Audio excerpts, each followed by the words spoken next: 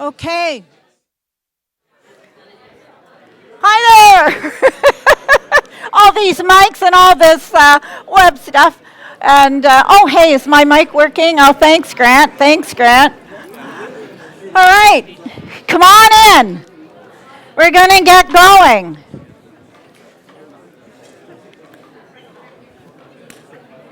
All right. So come on in. Time is tight to get 8 presentations in. So I'm just going to, just so teams know, I'm just going to keep a couple of seats at the front, but it would be super to have more people. When they come in the back, we'll send them down here so the rows don't look so empty at the front. People like the back rows, Marianne, for some reason. I like the back row myself, the very back in the corner right up there, but no, they can't. Yeah, that's right. I know you'd love to. All right. Oh, thanks. Yep. Oh, okay. Yeah, do it for the first 2. That's super. Yeah. Before you start. Oh, I see. Okay, is it all right now? Oh.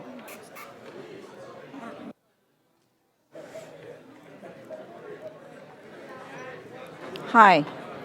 Hi. I'm going to turn you up out there. Oh, I see. It was a little bit just... Okay. All right, that's good. Oh, thanks. And then for Rick, they're not here yet, but I'm going to start anyway. All right. Oh, they are here. Excellent.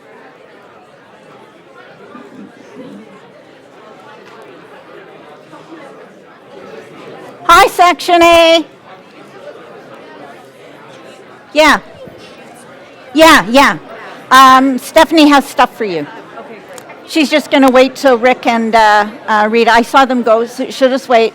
And then they're looking for the sheets, Stephanie, which is good.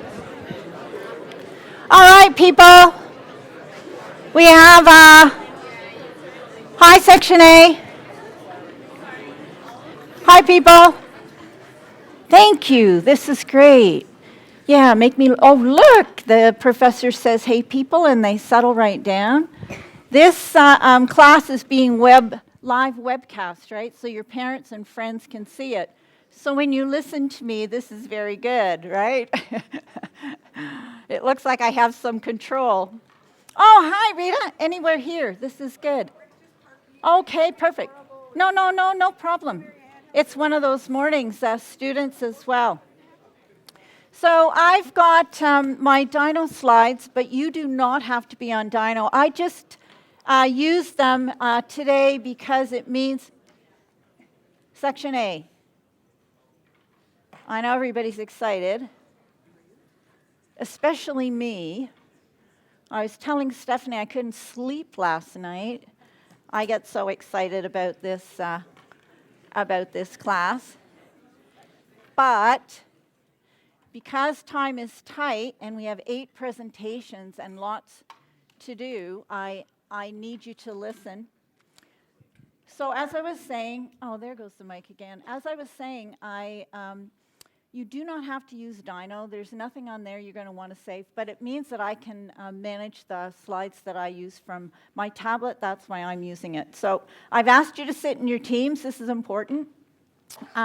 I'm with a team member on the aisle, and my recommendation is that, and if you're not in your teams, you might want to just kind of relocate. There's a spot down here for a whole team. Your tech person should be sitting on the, hey, come on in, just go right to the green room, right, Rick? And have your tech person sitting on the aisle, right? So they're the first one out. right? So once you know you're going to present, the tech person and the whole team will come out. The tech person will come up, people. The tech person will come up to the front and put the USB key. The computer is in here. All right, and my TA, there'll be a tech expert TA who will help you if you're having any trouble. And then this is where you're going to present, right? So then the whole team will kind of form a semicircle back here, and your presenter or presenters, whatever, will step up to the mic. Now, the mic is stationary because I found that when people move it around, it just gets confusing, and before you know, you drop it. So if you don't want to use the mic, that's your option. You can present without it. But because of the webcast, the only way they're going to hear you, this is really loud, very loud, Grant. And he controls the level from the back. The only way they're going to hear you is if you speak into that mic, okay? They'll hear you otherwise, but it just will be kind of weak, right? Because it won't be mic assisted. So you'll do your presentation. Then my 3 guest VIPs are here. They'll grill you with questions, which is a tradition anymore. And then I'll call the bell because I'm the timer. And then when you're finished, you'll move over here and get yourself organized. You'll see your TA here, and would you get people to take pictures of teams? And we have a Management 1K Twitter, so tweet a few out. That'll make Mark Orland really, really happy. Right? And then you'll go back, and the next TA will come up and present. So pretty much it's 3 to 4 minutes. And for each of you, because we do want to finish, before your next class starts, I will just remind you that this is not a competition, okay? It's a showcase. So I'll remind you, we did not go looking for the best this, the best that, the best that. We looked for, as a matter of fact, I could do a random draw right here in the auditorium and have great presentations. All the presentations were great. All of the ideas were innovative. What we looked for was a range, right? A variety. And your TA will tell you a little bit about the rationale behind the selection. So a summary of the I'm going to call them awards, but they're recognition. Now, the only reason I have these is so you have something to put on your resumes, right? So you can say, I competed, and this is what all of you can say. I competed in a class-wide competition with 80 other teams. You know, I placed here. I was one of the finalists, and our team was awarded, and then you can say what this was. And then it looks great on a resume, but it looks great on everybody's resume because it shows you have some, hi there. It shows that you have some experience competing and being involved in a competition. That's what the name of the awards are. I'm going to tell you the rules of the game. And this is the order we're going to do it. We'll have some closing comments at the end. And here are our guests. So usually the 8:30 class is asleep at this time in the morning. I don't usually have to worry about them talking at all, do I, until about 9 o'clock. So hi. Just please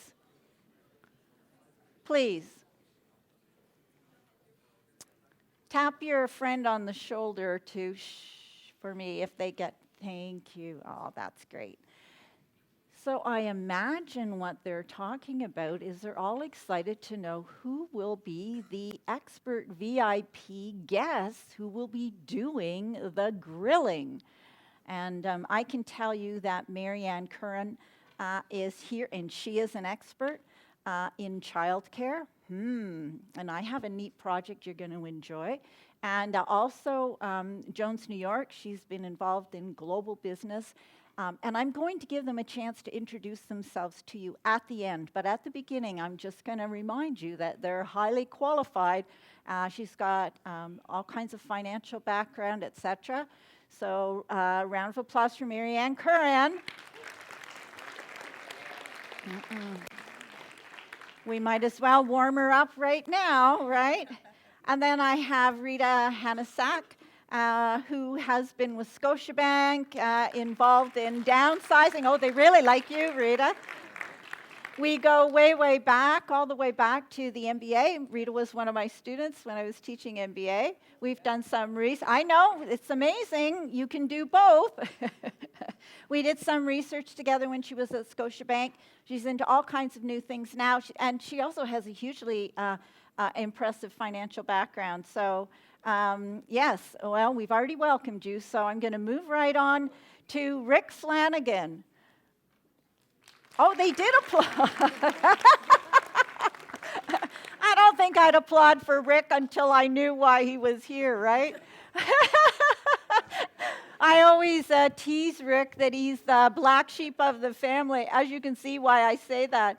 I met him when he was a golf pro, right? I'm managing a huge golf course, and I thought, wow, isn't that neat? But he's also really an entrepreneur at heart. He's done all kinds of things, and he's a businessman at heart as well. So you can imagine he'll be asking those killer questions. I know Rick from way back. I have other guests coming, Dr. Tom Beachy, Mark Orlin, we all know who he is, Ali McCooey, Sophie Burry from the library. And one person I would like to stand up is my course assistant, Stephanie Allen. Yeah, round of applause for sure. I didn't sleep all night because I was excited, but Stephanie, of course, was working out all the details. This is why Stephanie didn't sleep last night and was here early in the morning. And I've invited lots of other guests. I've got research assistants. Oh, hi, come on down. I've got research assistants. I have Halt team guests. I've got room for you at the front. Come on, please, please, please. This is great. One of my guests is here. Yeah, Ali McCooey. Everybody knows Ali from, yes. Hey, there we go. Thank you very much.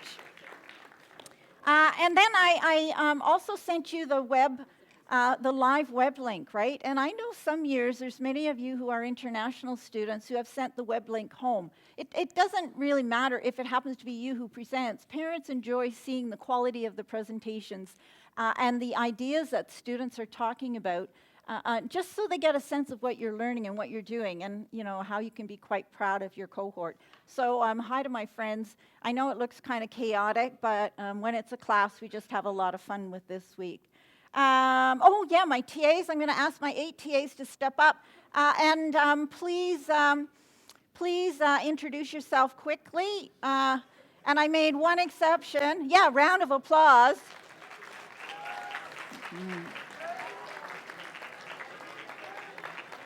All right. So, yeah, just introduce yourself briefly, and then where you come from and kind of what you're doing. Yeah.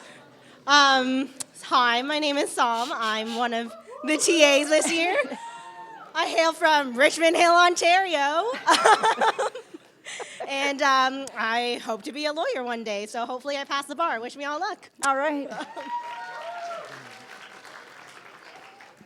Hi, everyone. My name is Eugene, and I'm a PhD student. My expertise is mathematics, so my students are expert in math. All right. And they will win today. Thank you. It's a challenge. Hi, everyone. I'm Beta. I'm a third-year JD MBA, and I used to be a graduate of this program. All right, there we go. Hi guys, good morning. I'm Tej. I'm a second-year MBA student, and I'm really looking forward to all the presentations tonight. Good luck. Hi, everybody. My name's Ted. Yeah, there we go. Yeah, cheer for me. I'm a second-year IMBA student, and I can't wait to hear everybody's stuff. All right, there we go. So this set is not a competition of the TAs. Yes. I'm it's Claire on. Down.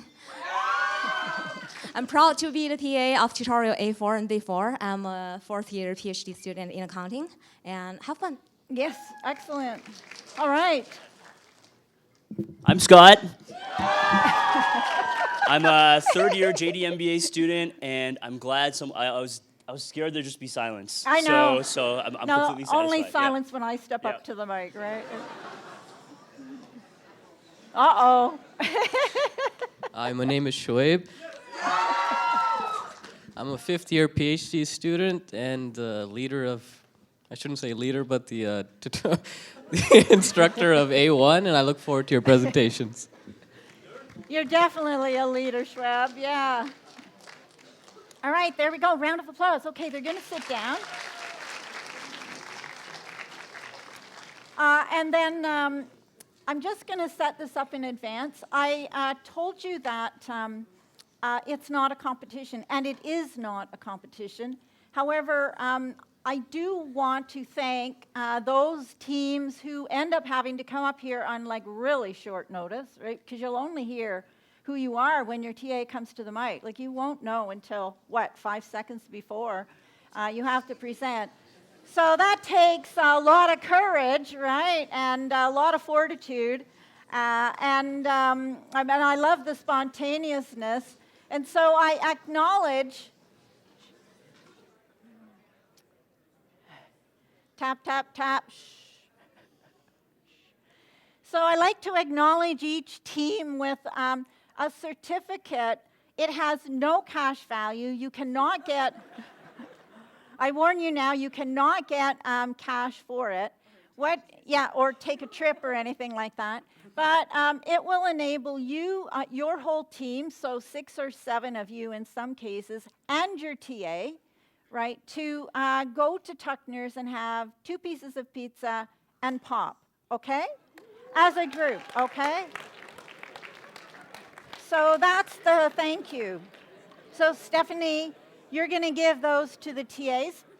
So when your TA is over here and you're taking the picture, they will be handing you the I'm thinking the certificate stuff. Do we have those? That's great.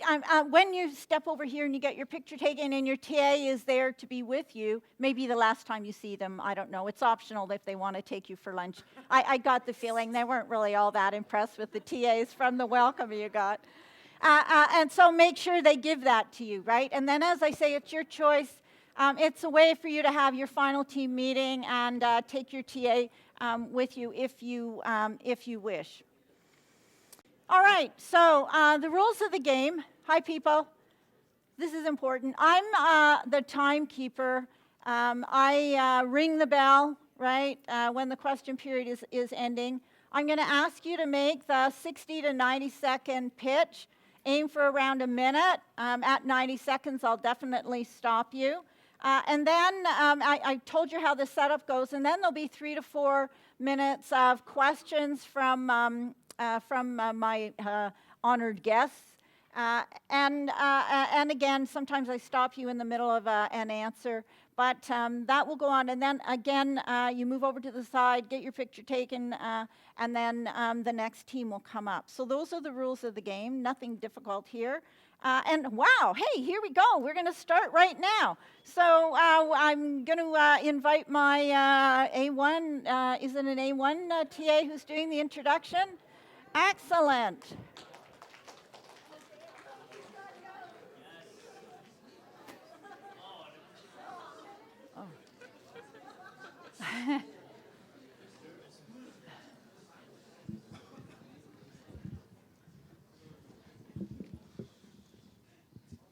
Now we get silence, of course. I remember when I was an undergrad, 2 words describe my experience: overworked and underappreciated. I remember half the battle was being able to sit down and concentrate on the task at hand and focus. Back then, we only had MSN Messenger to distract us. Now you guys have Facebook, WhatsApp, Snapchat, and Instagram, with both strangers and friends sliding into your DMs. So what's the student to do? Well, this next group has a solution for you. Their product is based on the Pomodoro productivity technique, and it ensures that you're able to concentrate at the task at hand and make the most productive use for your time. So Focus app, please come up here.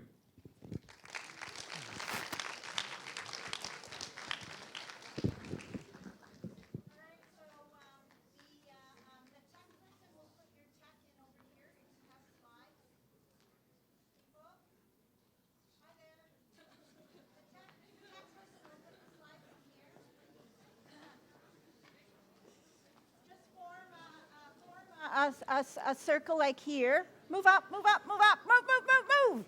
We haven't got much time. All right? Now, I know you saw Shoaib pull the mic out of there, but I'm sorry, that's a no-no. Only TAs can do that, so I'm going to ask you because otherwise I know what happens. I've been through this before. So with that, take it away. Oh, look at he has his slides ready. You have a great tech person, right?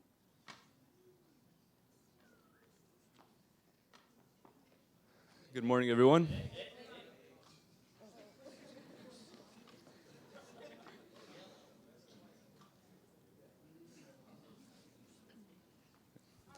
Good morning, everyone.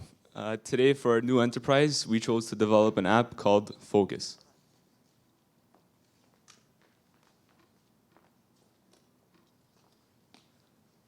Hi, everyone. So Focus is a time management application that we developed that is based on Francesco Carrillo's Pomodoro technique. And the Focus application provides users with a platform to break work into focused time blocks that are usually around 25 minutes or so, with scheduled breaks in between for around 5 minutes. Unlike other applications that just provide you with like a timer to manage your time and break work down, Focus actually provides you with utilities to aid you with achieving optimal productivity. During your 25-minute work session, this includes peaceful music and sounds that have been psychologically proven to benefit you while studying. And during the break, this includes prompts to stretch, which can relieve muscle tightness, and so you can recharge and refocus. No. Yes. So the Cirillo technique is proven by a psychological state where students are using their own capabilities to study the way they want to at their own pace. And this helps them to manage time ultimately and to make the most of their day. As said by Nabil, the stretching prompts and the music help aid them to their study ethic, and it helps them make a social impact on their environment whenever they study in different scenarios. All right, so why choose Focus? It's basically an app unlike others, and it's here to help you benefit both physically and mentally. So this is why you should choose Focus.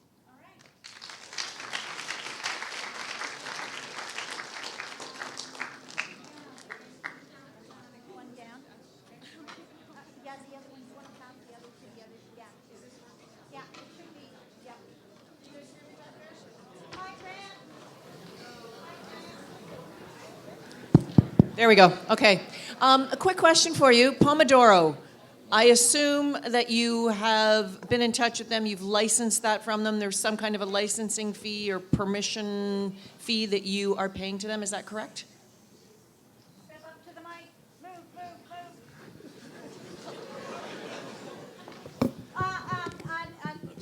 move. If you have presented, you cannot answer.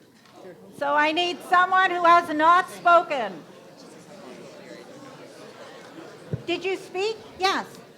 Did you yes. speak before? Well, Just the sorry. introduction. No. Who hasn't spoken yet? Yes, there you go.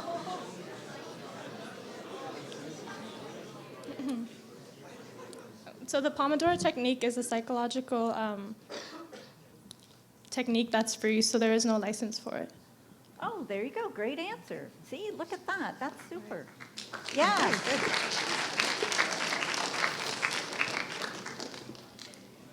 So I'd like to ask a question as well. How will you make money from your app?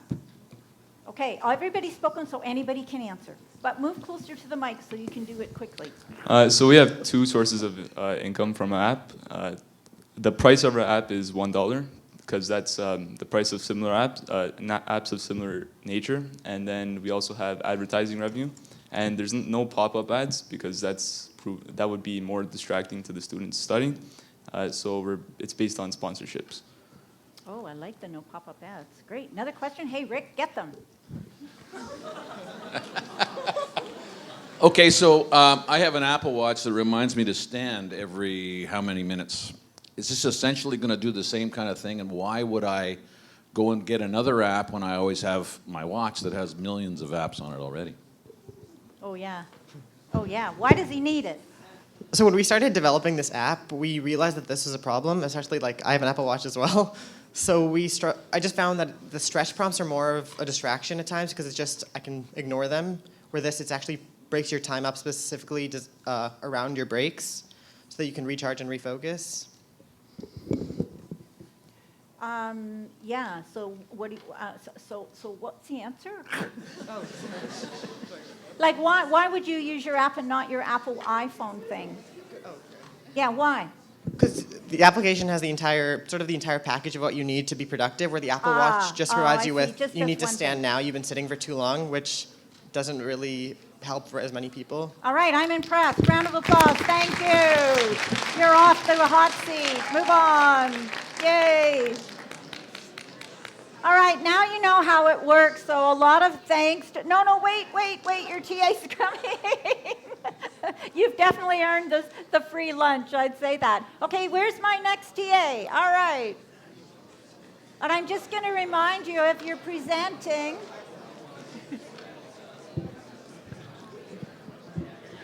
I'm just going to remind you, people, I hate to push you on time, but there's 8. That's like 45 minutes, right?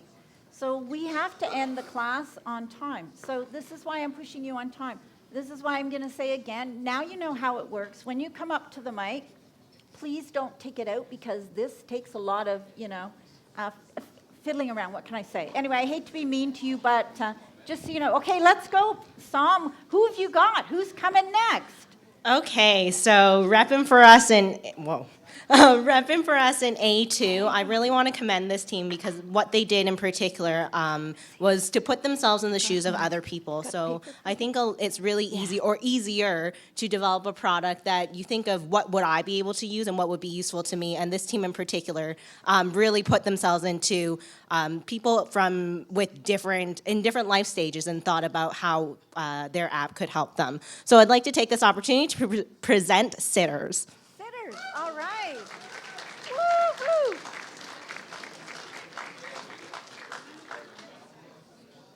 All right, get your tech person. Run. If you're using tech, set it up. If you're not, don't worry about it. That's good. I like it. Hustle. This is good. All right. So the rule is the people who present cannot answer the questions.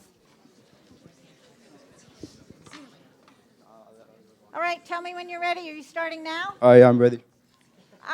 Hello. Hi. Put yes. Thank you. That's thoughtful. Okay. Rule number 1. Okay. Are you ready? Okay, yeah. Okay. So take a moment to imagine. Take a moment to think. In this knowledge economy that we currently live in this continuous learning, there's going to be a day where you have to be at RBC working.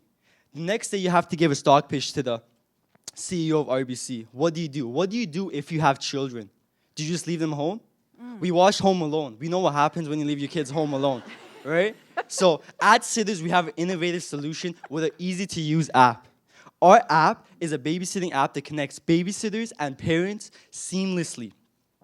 Parents are able to go through hundreds of profiles of babysitters, reading their past credentials, their experiences, their past reviews, and so forth, in order to choose a babysitter that fits their needs.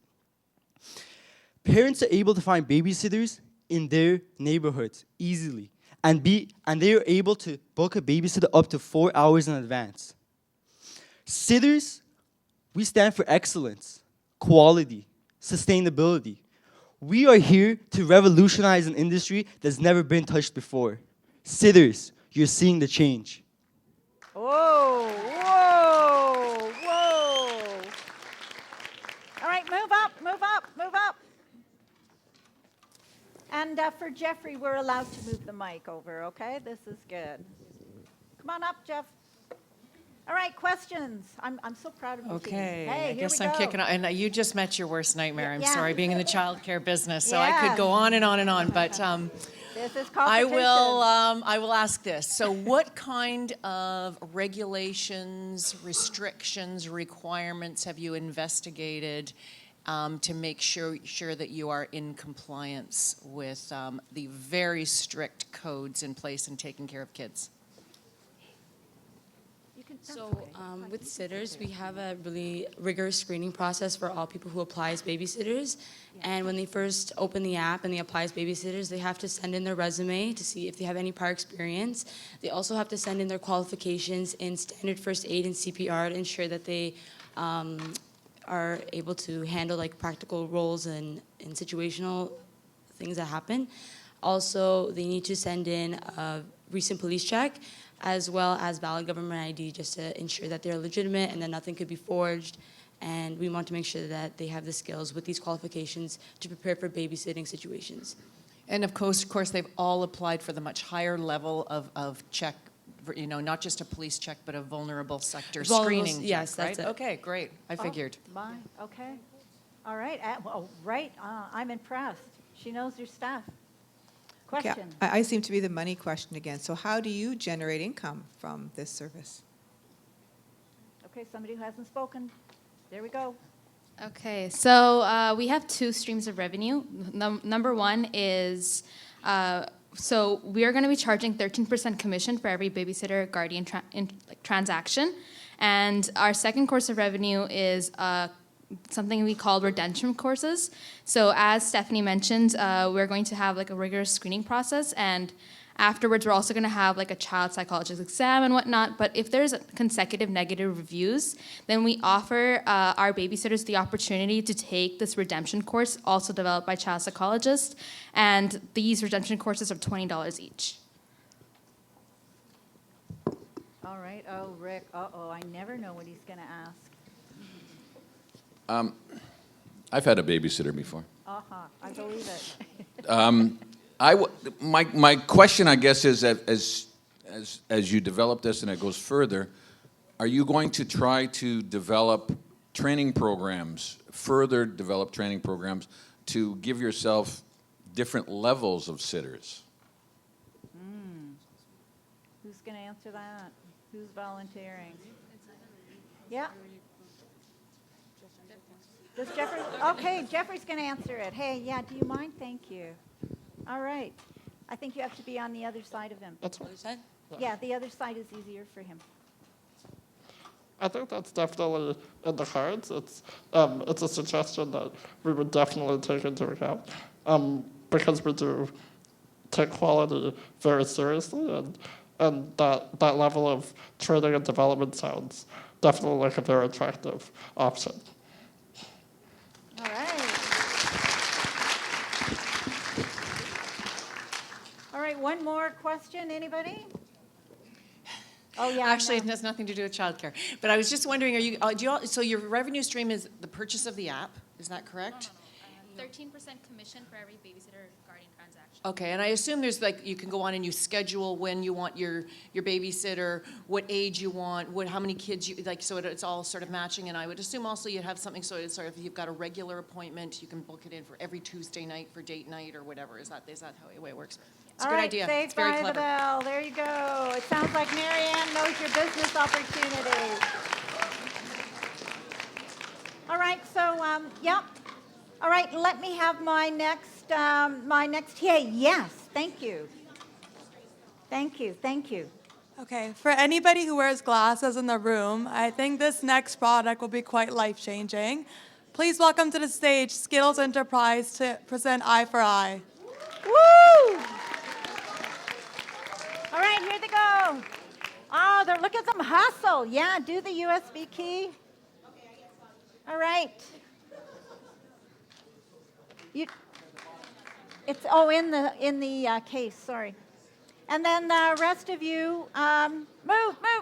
Get in formation. It only takes one to set it up.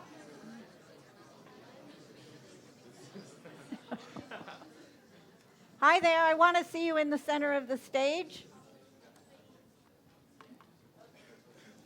Hello, welcome. The presenting area is over here. Yes, here they go. Don't be afraid. All right, here we go. Yes, thank you. Very nice. No.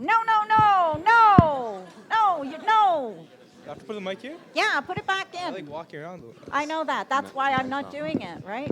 It wastes everybody. By the time they walk around with it, they become the show host, right? And I don't want that, okay? Go for it.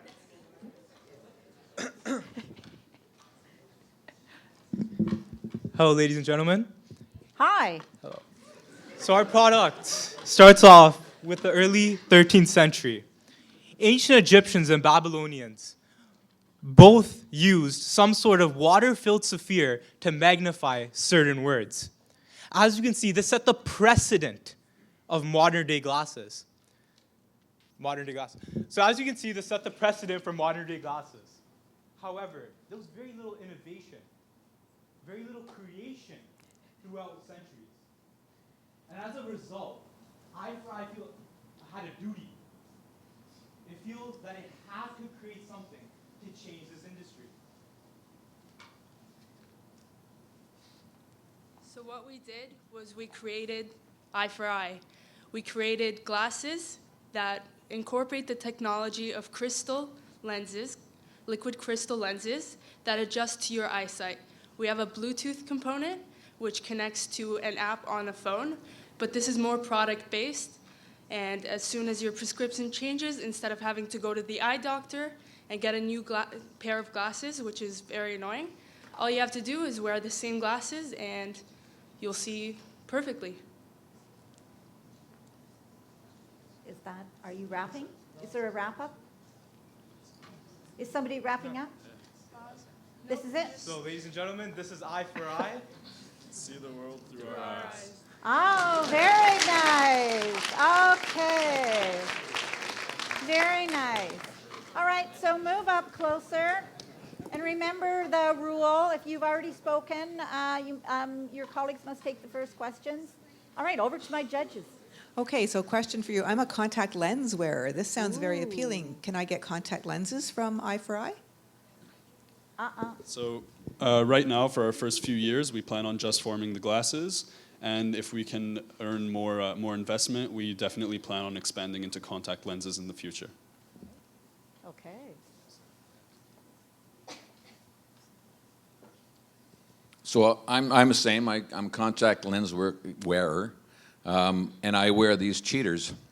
And the cheaters some days work and some days don't, because my eyes are changing on a regular basis. So is there a way that I can test, and that's my next question is how do I test? Is there a way that I can test so that each day I can actually change to fit whatever mood I'm in, if I'm hungover or if I'm just, whatever it is? So because we have an online app, so it's like a phone app, so now we can adjust it. So let's say you wake up in the morning and your prescription, let's say, changes, depends on the time of the day. So you can always adjust and scroll down and see which ones you prefer. So you can change it how many times a day you would like, and let's say in the morning or in the afternoon, as well as like if you're driving, and like let's say every time is like people have the different kind of like measurement for the prescription. So you can always change it, depends in the morning, in the night, or whenever you need, if you feel like you have to change it. All right. What about liability insurance? Have you guys investigated that to make, the last thing you need is you're driving along and something happens, the app, goes crazy, goes nuts, and your eye change, you ram your car. Have you looked into the liability elements of this and the insurance available for it? One person hasn't answered. Who hasn't spoken yet?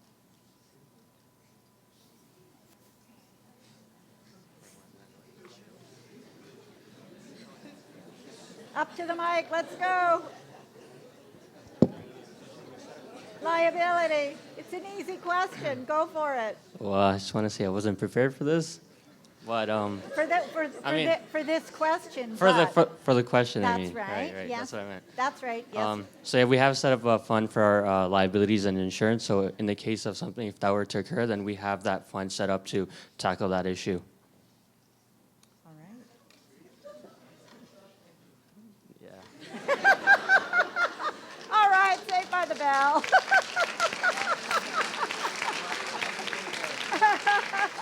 Hi. Sorry, over there, right? Hi, people. Stage right.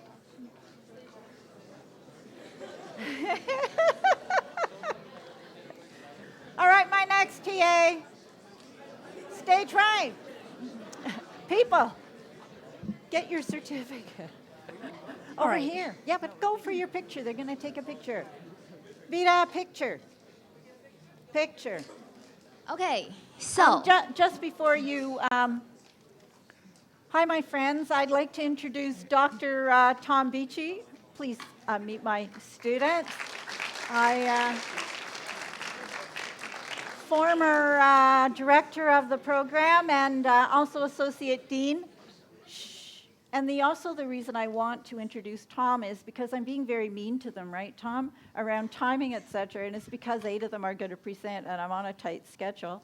And I'm trying to get them. You know what my rules are. You can't move the mic. I'm going to repeat it for the next 3.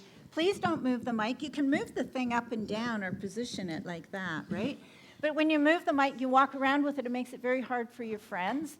All right? And then the other rule is run. Get your stuff in. Make a semicircle. Right, Claire? And then step up to the mic. Don't stand at the back and look scared because people are watching you on the webcast, right? So step up to the mic and look professional and answer the questions. And then when you're done, I'll ring the bell and over here for a picture and the gift certificate. Okay, and away we go. Who have we got next? all right. So I don't have to do a survey to find out that most of you have done online shopping.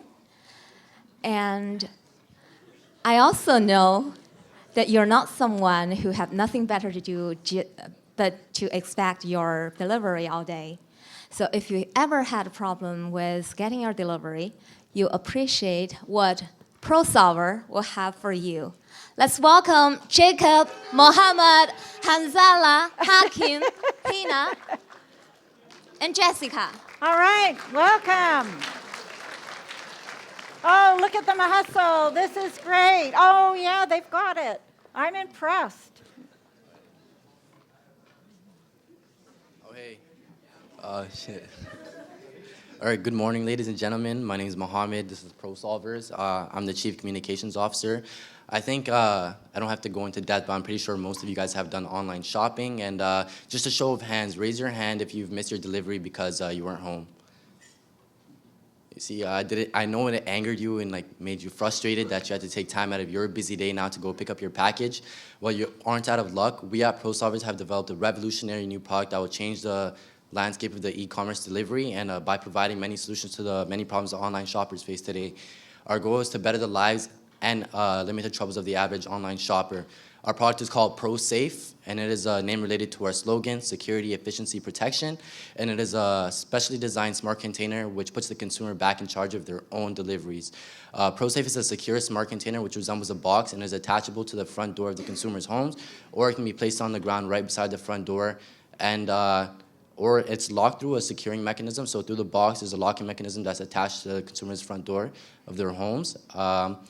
I know it's needless to say that most of you guys have done online shopping, and if you've missed your delivery, the delivery person will come. It'll unlock ProSafe using innovative technology like a badge ID scanner, and it'll place your product inside the ProSafe, and once the door is shut, the locking mechanism engages.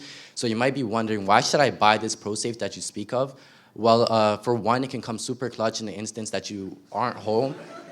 When your product is being delivered, and 2, it limits the amount of stolen packages. Like for the recent years, stolen packages have been a big issue. Products often go missing, stolen, broken, damaged, and ProSafe has been specifically designed to limit these problems. And potentially eliminate them as a whole. In Canada in 2016, the total e-commerce sales amounted to 18.3 billion Canadian dollars, and it is projected to rise to 29 billion by the year 2021. So I think it's evident that there's a lot of people shopping online, and the odds of each and every consumer being home to receive their package or delivery on time is slim to none. So yeah, so it's absolutely necessary that in the next coming years that ProSafe will be an essential to the average online shopper. All right. Step up. Move up. Look professional. Step up. Step up. All right. Okay, question for you. Nice presentation. How will you ensure nobody else can copy your idea? Ooh, ooh, ooh, ooh.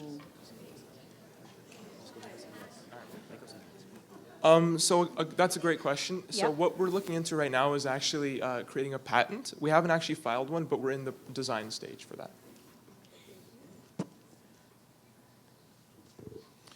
So you said something about being able to get into it with the scanner for the delivery person. So the delivery person is coming. I buy tons and tons of stuff from Amazon. But I also will go to Home Depot and a few other places where I get home delivery. How do I ensure that each of those companies has the scanner to get into my box? Ooh. So we're working with delivery companies, and we're trying to figure out how we can, for each individual company, how we can figure out a way to incorporate their badge ID. So we have to work very closely with delivery companies to ensure that they are able to access the ProSafe. So that's something we're like always working towards. Can you give us an idea of the economics here? Sort of what's the cost to produce? What's your anticipated MSRP and your distribution network? What does that look like? Hi there. There we come. All right. Be brave. So we do have two sizes. So the small comes in $50 and the large is $70. And to produce, we're producing in Toronto so we can keep the business in Canada to create more jobs. And it's about like $20, $30 to produce the box. All right. Any cost to distribute?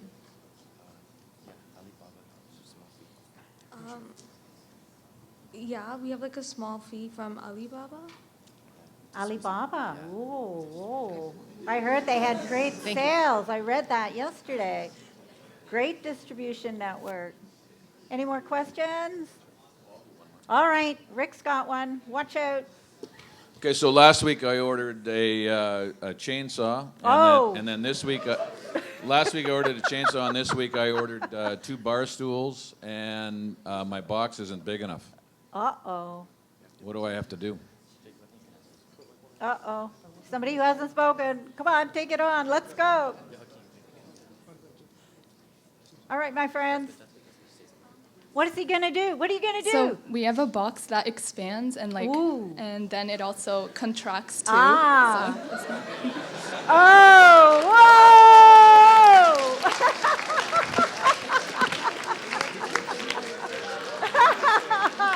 Saved by the bell. I can see it. Okay, round of applause.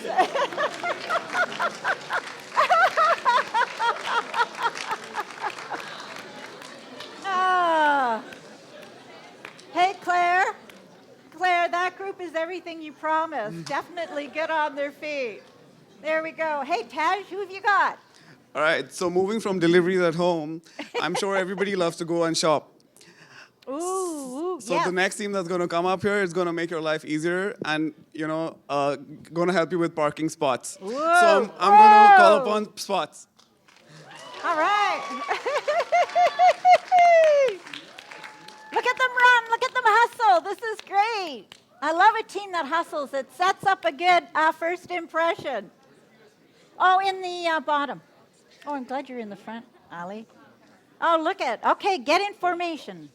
Get ready. You know, if you're competing in a competition, the way you come in and the way you look professional is half the battle. I'm not kidding you. You got to intimidate the other teams. You have to really look like you know what you're doing. Okay, they're ready. Are you ready? Yeah. Okay, go. Good morning, everyone. My name. Am I talking to the mic? Yeah. Yeah? My name is Vasudev, and I'm one of the founder of Spots. Spots is a parking service that our group came up with, and our goal at Spots is trying to solve the everyday problem that drivers have, which is parking. Did you know that drivers spend approximately 17 hours searching for parking? That's an insanely high amount of time, and you could utilize that time by doing something else more productive. Like many of us, we could start our MSDAs or do something else more productive. That was a joke. I meant Yeah, I know. I finishing like it. our I'd like I meant that. finishing our MSDAs. Not only are you wasting time, but you're wasting other valuable things, such as gas, money, and your overall sanity. So before thinking of our service, we thought of alternatives. While malls can create more parking space, however, it's really costly.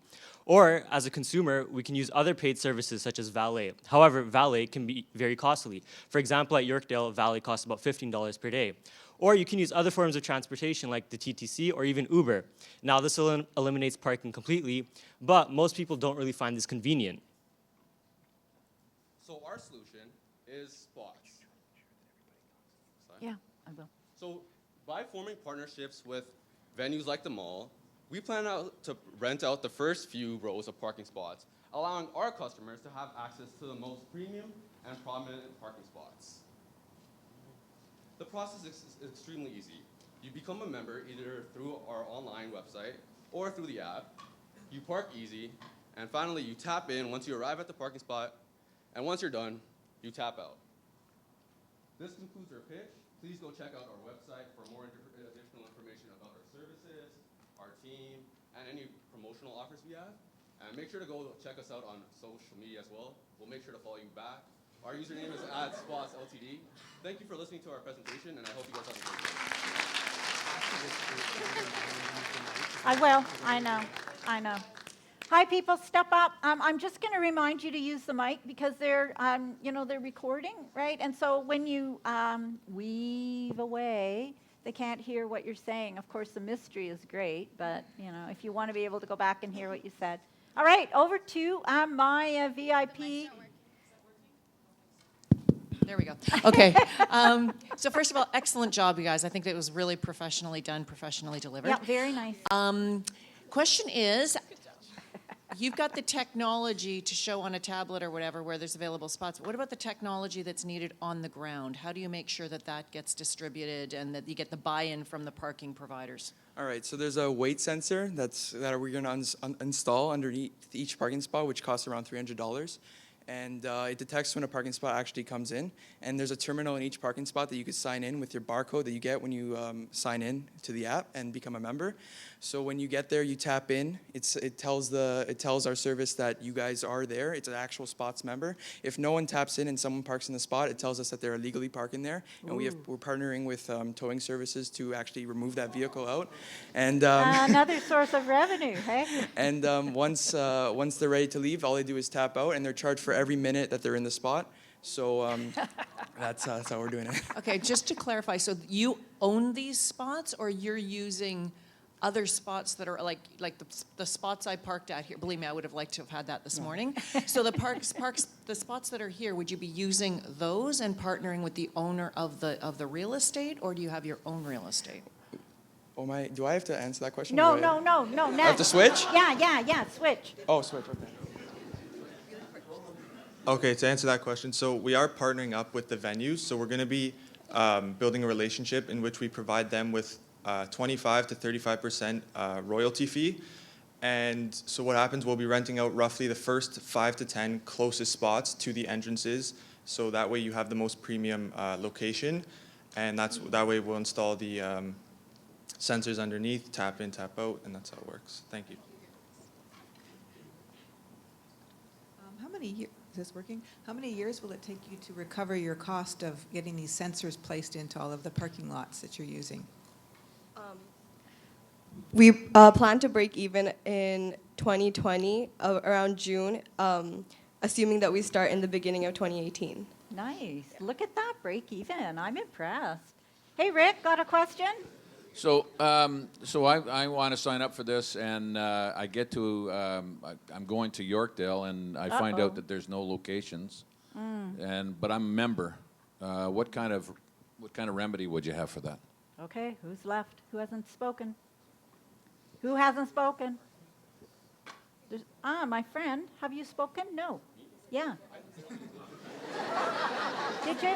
Oh, okay. Oh, sorry. I'm so sorry. I have a very bad memory. All right, let's go. Woo, what you gonna do? Yes. Good question. Yeah, good question. So first of all, we're going to have a customer satisfaction survey. So you can talk about your experience, and then through that, we'll be able to get more parking spots for the future. What we can also do is maybe you'll just park your car, and then we'll have like a free valet service to park your car somewhere else. And then when you're done shopping, we'll bring the car back around for you so that you don't have to park like all the way in the back of the parking lot. All right, good recovery. All right, we'll see if Rick sticks with you. Thank you. I'm so sorry, my friend. Tej. Yes, very nice presentation. All right, wow, who's my next TA? Scott. Whoa, what do we got? All right. What am I wearing? You guys went so formal. Are you so technologically advanced Yes. that you entered the office of 2030 back in 2008? Ooh. Are you so networking savvy that you're connected with Deso Horvath on LinkedIn? Are you so hip and with it that you Snapchat Professor Gene Adams on the regular? Ooh. If this sounds like you, I would recommend listening to Team Viribus and their product Loop. Loop. Round of applause, please. Yeah. Hustle, hustle, hustle, hustle. Impress me. All right, here they come. Look, move, move, move. I'm impressed. USB key goes in the bottom. Open the door. Here they go. They're in formation. Looking good. Move over a bit. All right. Let me know when you're ready. Thank you. Very nice. That's nice.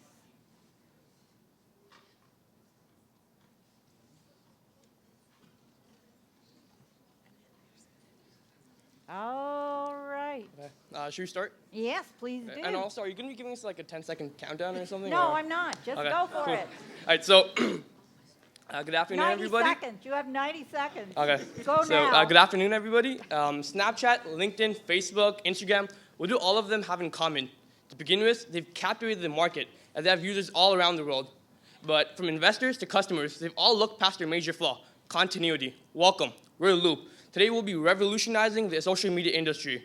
There are two main problems the social media industry faces, continuity and social barriers. It's kind of awkward when you have to approach someone and ask them for so many social medias. Let's say Alex approaches Gabe. He's going to feel awkward asking for his Instagram, Facebook, Snapchat, LinkedIn, Pinterest, Gmail, whatever it is, right? So we're going to be Yammer. So we're going to be removing all that social barrier awkwardness by bringing continuity into the playing field. So our thing diminishes awkward barrier. It centralizes all social media accounts through our application. So if Gabe wants to add Alex, all he needs is a code, and he chooses. Gabe can choose what he wants to give Alex. And once choosing that, he presses enter, and he's going to have all his information stored on his phone. With this, we're also going to be having, it's going to help better connections and networking, and we're going to be having top encryption and top service to maintain security. And just a disclaimer, we're not going to be competing with social media giants such as Google, Facebook, and Snapchat, LinkedIn, but we're going to be helping them. We're going to be helping them bring a flow to the social media industry. And thank you for listening. If you have any questions, you may ask them now. All right.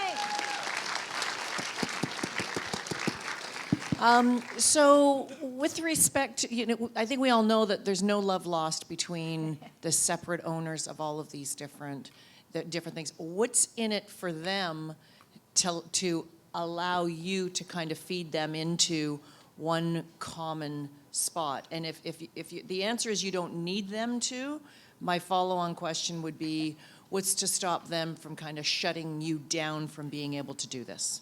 So, excellent question, by the way. Basically, every social media platform has APIs, which basically allow you to use their service for free, and that's what we're basically going to use. And in these APIs, they all have terms and conditions, which basically allow us to legally use their service, just due to the fact that we're basically publicizing them as well by putting them interconnected. Do you have any other questions? No. Adding on to that question, I mean. No. Okay, I have a question then for someone else. Good try. Okay, so I like your idea.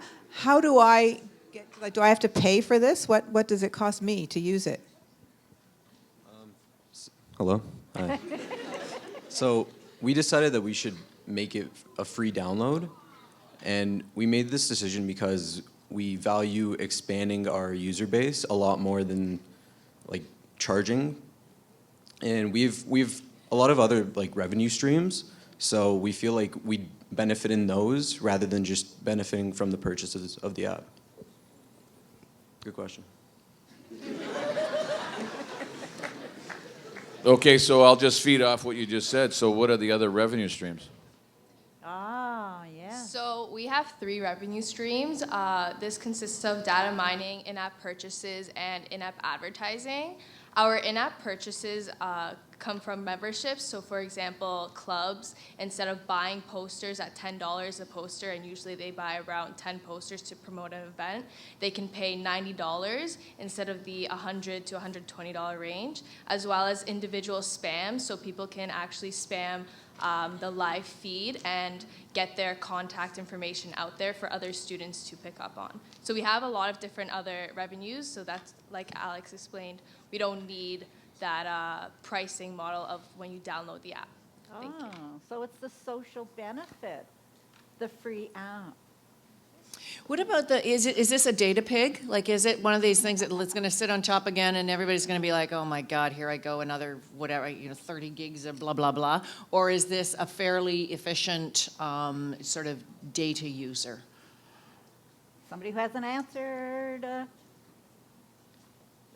Nope, nope, next. Thank you. So are you talking about the size of the app and how much it takes up on your smartphone? Well, I think that we all complain a lot about the usage of the batteries in the phones and the usage of our data plans. So I'm wondering, to what extent, as it sits on top and pulls this all together, is it a data pig, or has it been streamlined to be very efficient with respect to data usage? Well, it is streamlined to be very efficient because instead of going on your Snapchat, your LinkedIn, and all your other social medias, it is through one app. So you're technically using less data because you're not transferring from one app to another and then to the other one. All right, Saved by the Bell. There we go. Excellent. Yes, my friends. Thanks, Scott. That was great. Here we go. Does it work? It does. Welcome, section 1. Let's see if I can pull it off. Imagine year 2021. You come home from a busy day in the office, followed by an intensive workout in the gym. Ooh. Yeah.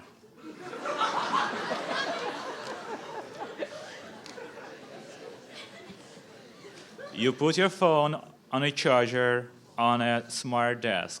Technically, it's not you, relax.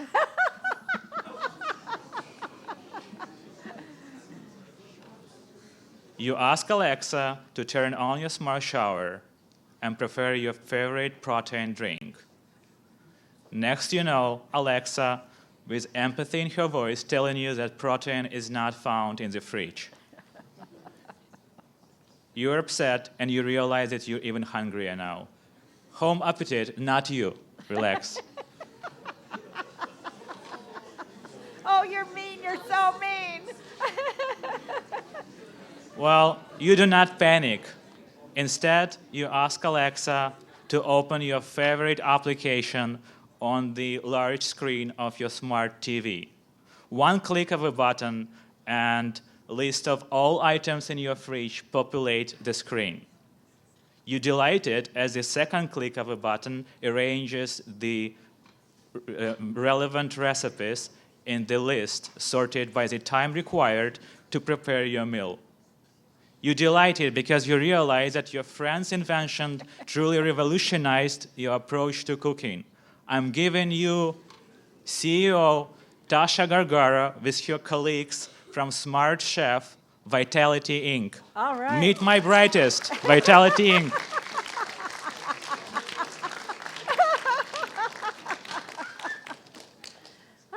For those of you who don't realize, Eugene went through all of his teams and wove it into a story and then mentioned the ones who weren't presenting. So as you're sighing a sigh of relief, we know who is presenting.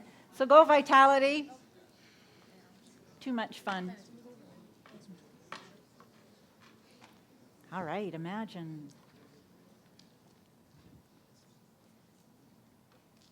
Imagine a company built on technology, Innovation. Corporate social responsibility. an app that is time efficient, Cost effective. And promotes a healthy lifestyle.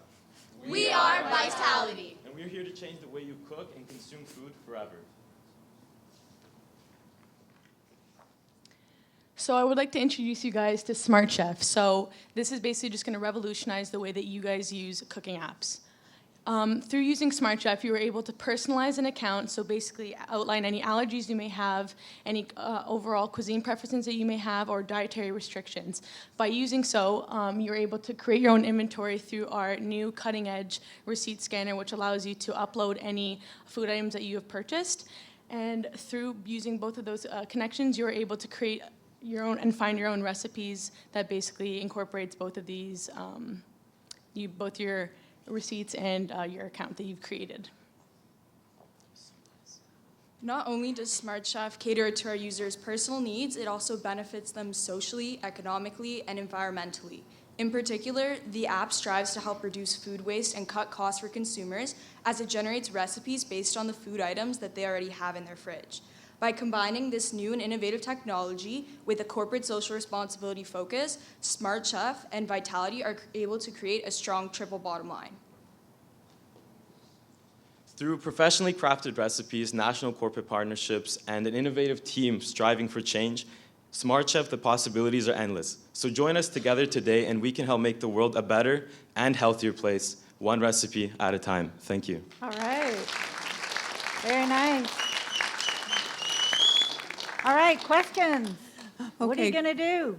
Great idea. I like it. What happens to me when I'm making dinner is I'm usually short 1 or 2 ingredients. What do I do? What does she do? Okay, so that the way that we've designed Smart Chef is that it only creates recipes based off of the inventory that you actually have in the database of our app. So you are able to scan your receipt once you've purchased a list of groceries, and then from there it gives you recipes that you've had based on your inventory that you already have.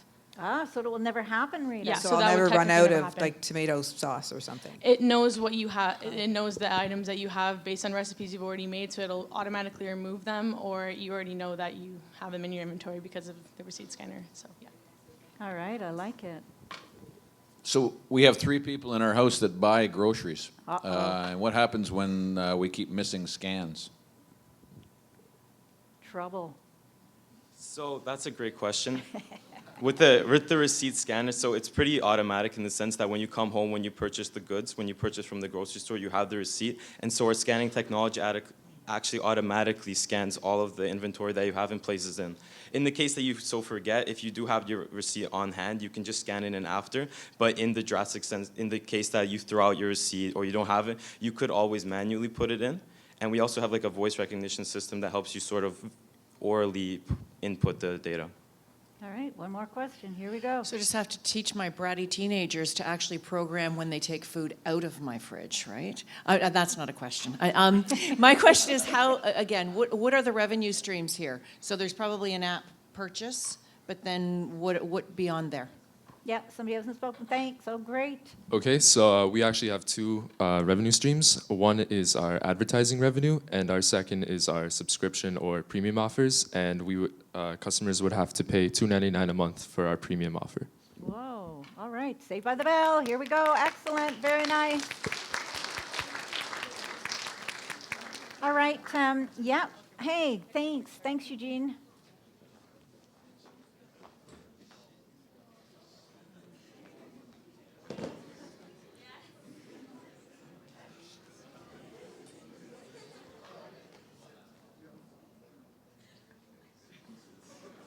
Uh-oh.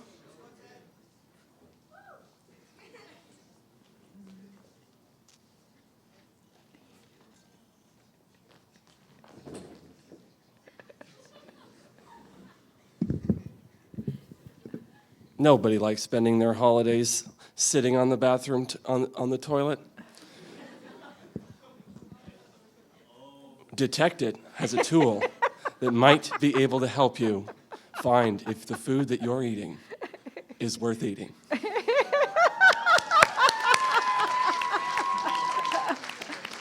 Hey, Ted, rearrange the furniture before you bring them down. Come on, guys, move it. Hustle, hustle, hustle. Detect it. Oh, would you lift that mic up? Hi, Ted. Thanks. Just, yeah, perfect. That's good. Oh, great. There we are. Getting the tech ready. Oh, I can't wait to hear this. We all want a vacation.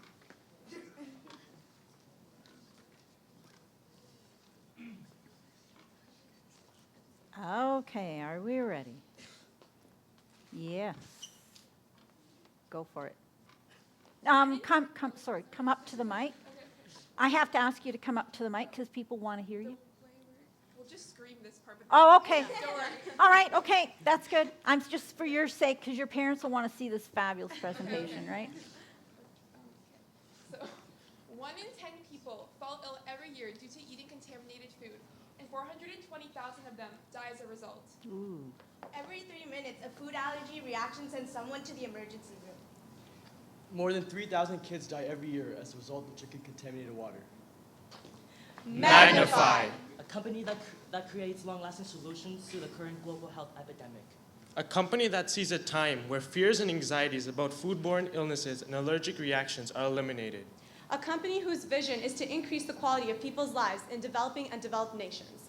A company that created Detect It, a product that is capable of easily identifying and detecting the presence of any harmful allergens, bacteria, or contaminating drinking water in any food or water product at just the tap of a button by inserting our thermometer-like device in any food or water product. Our innovation is the leading factor in our own industry. We took the power away from the massive water quality assurance agencies and we put the power in the hands of the consumer.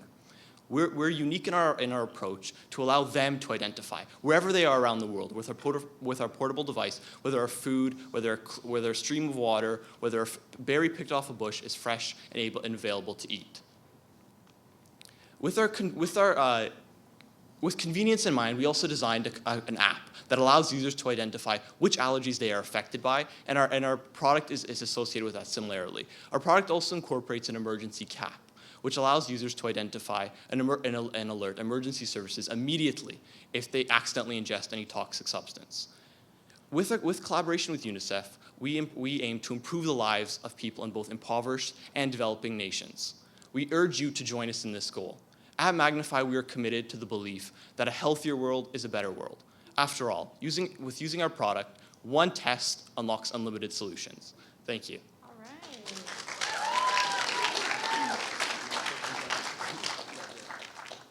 Questions? Okay, thank you. Very interesting idea. But once I've probed my contaminated food, what do I do with my probe now? How do I clean it or sterilize it or something? That's a great question. Thankfully, the very probe of our tip has a brass coating. Brass is a natural antiseptic, which means it disinfects itself in a matter of minutes instantly. And on top of that, we also included countless instructions in our package device detailing how to clean the device on top of the chemical properties of brass. Thank you. So just so I understand, so you buy this one device and it's used multiple times. Is that the way it works? What's the retail and the cost of the device? So the price of the product is $34.98, and it comes with the app. However, with further research and development, we'll be unlocking new things for the app to test. So we'll have upgrades available at $199. So we'll have an additional revenue stream on top of that. Okay, question? I'm assuming that you're looking at this beginning in the North American marketplace and then taking it to third world countries? Is that, if that's the case, how can they afford $34.98? Oh, killer question. So basically, UNICEF is a customer and a distributor. So basically, UNICEF would be the ones purchasing the product, and then they would be distributing it to the impoverished nations. Let me follow up. So I'm going to distribute it to impoverished nations, but we've all seen the ads on TV of the people that live in cardboard huts and stuff. Are they really going to want distribution of a unit? They're going to test their water? Or is it going to have to be distributed and used through UNICEF, which creates another whole marketing? Well, in the future, we're planning on creating a product that is only for water-based purposes, and it's going to be much cheaper. And even though, obviously, the problem is still there, like if there's bad water and they can't do anything about it, it's a problem. But regardless, it's helpful to know really like how, like the water, whether or not it's bad to consume. And then through this, UNICEF can research more and figure out ways of getting healthy water and knowing where to go for that. So it could help them with research purposes. All right, Saved by the Bell. Excellent, that's great. Go for it. Oh, this way, yeah, pictures.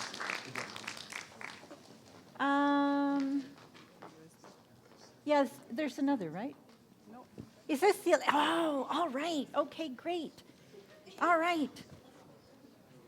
That was super. Round of applause for all of my presenters. Oh my, I so much got into that because, all right, here we go. Let me get mine back. Let me close this or minimize it. Minimize it. All right. All right. Sorry. Oh, you caught me by surprise. I thought there was one more. This is super. Okay. All right, so the voting begins, and I'm going to, first of all, congratulations, fabulous, like absolutely, blow me away, totally. And special thanks to my TAs who, it almost looked like you leaked that you were going to, you would tell your teams in advance. I know you didn't, but you were so well set up and very much fun to see the quality. And we all know, Tom, they don't know who's going to present, right? They only find out when the TA calls their name down. This is why we're having so much fun. It's kind of a last minute. It's to make a pitch. It's to know your product. And then to see all of you stand up and answer the questions. I'm totally impressed. I'm really, really extremely pleased. So what I'm going to do is on Moodle, I will open up, if you have, you can vote anytime today. And I'm going to post the link to the survey on Moodle for all of those acknowledgements that I mentioned, okay, so you can vote. And I'm also going to send it out to you by email. That's what I'm trying to do. I have to log on to my email. And unlike you, I'm not good at using that. I have to use the keyboard, so I'll have to figure out how to do that. Yeah. So it'll be just a slight technology break, right, while I figure out how to get into my email, so that I can send you that, and then you can do that on your cell phone, all right? Because it's actually a mobile-friendly questionnaire app. In the meantime, I want you to meet our friends, and I'm just going to remind you of what you're going to be voting for, okay? So the judges are going to, and all of us VIPs, everybody in the front row here, is going to be looking at who we thought were the top three, and I'll post the top VIP choice. But you, Student Choice Awards, all right? So it will be your selection top three, and then all of these other awards, the economically compelling, environmentally astute, socially responsible, the most innovative pitch, and wow, there were some great pitches, and then just you could really see some exemplary teamwork. So these are the questions that I'm going to be asking you. And what I'm going to do while I figure out how to send this email is I'd like you to get to know my guests, okay? So I'm going to ask them to introduce themselves in a little bit more, and we have about 5 minutes in total. So, and then I'll invite you to come on down, please meet the guests, see your TAs, and we'll wrap up. Those of you who want to stay for the next class, that's fine, sit at the back. And those of you who have to get off to class, go for it. So I'll start with whoever wants to. Just so you know, Yeah. I'm wearing my tea. Yeah, yeah. The voting, the last Yeah. group is on B, like they're backwards, A and B. Oh, no. Oh, did you give me the wrong ones? Oh, no. So anyway, I don't know if they vote. If you want to vote for the last one. Maybe you vote for the one that's listed as A, but it's. Yeah. Did I get them backwards, Ted? Because you sent me what A and B was, so, oh, no. If you vote for the last one, it's called something different under A, but. Okay, I'll try and fix that. It'll be hard, but. Hi. What can I say? Go for it. Anyway, just to introduce myself, so I'm Mary Ann Curran, and as Jean mentioned, right now I'm in childcare. The company that I run is called Bright Path Early Learning. It was a publicly traded company, one of only 2 publicly traded childcare companies in North America. And this past summer, our company went through the process of being taken private. Now we're a portfolio company owned by the Ontario Teachers Pension Plan, one of the largest private equity holding companies in the world, actually. Before that, my background, I would say my expertise is in retail. And in fact, when I looked at the opportunity of running this, at the time, fairly small early learning and childcare company 5 years ago, what I saw was a retail company that didn't know it was a retail company.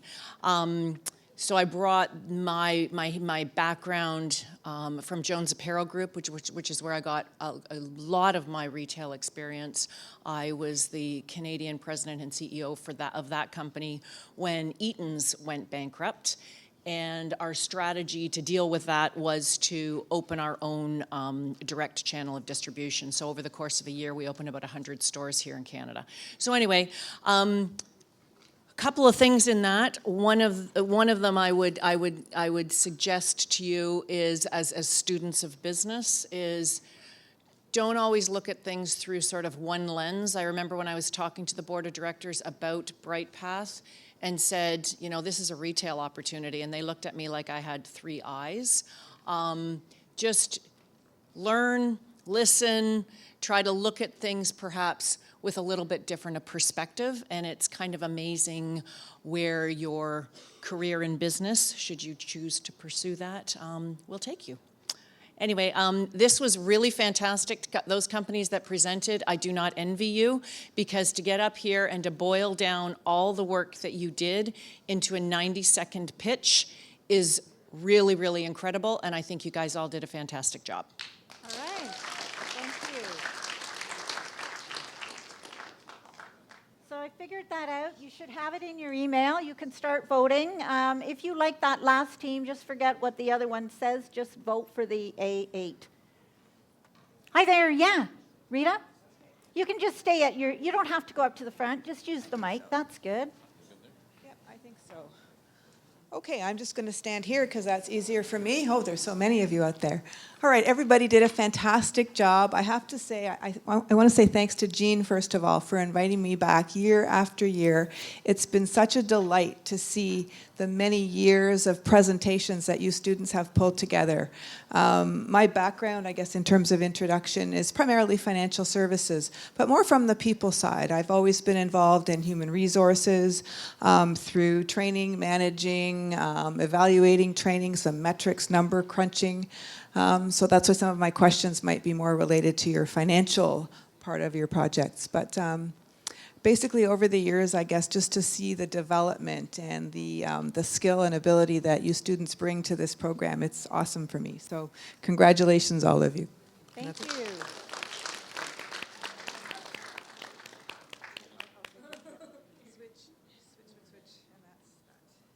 All right. No holding the mic, Rick. You have to leave it in the stand. I'm Rick Flanagan. I am the I'm the black sheep of the group. Can everybody hear me?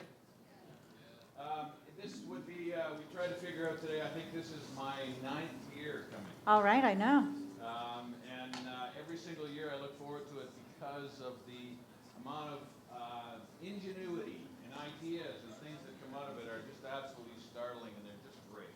My background would be very, very, very diverse, would be probably the easiest way to say it. I've actually been in, I came out of university, I went to Laurier. Went to Laurier, took economics, and came out of university and went into the banking business. Then went into the franchise business, then went into the printing business, then started some other businesses. Then I became a golf pro. I was a golf pro for 18 years and built and managed golf courses. Then I got into the financial services business.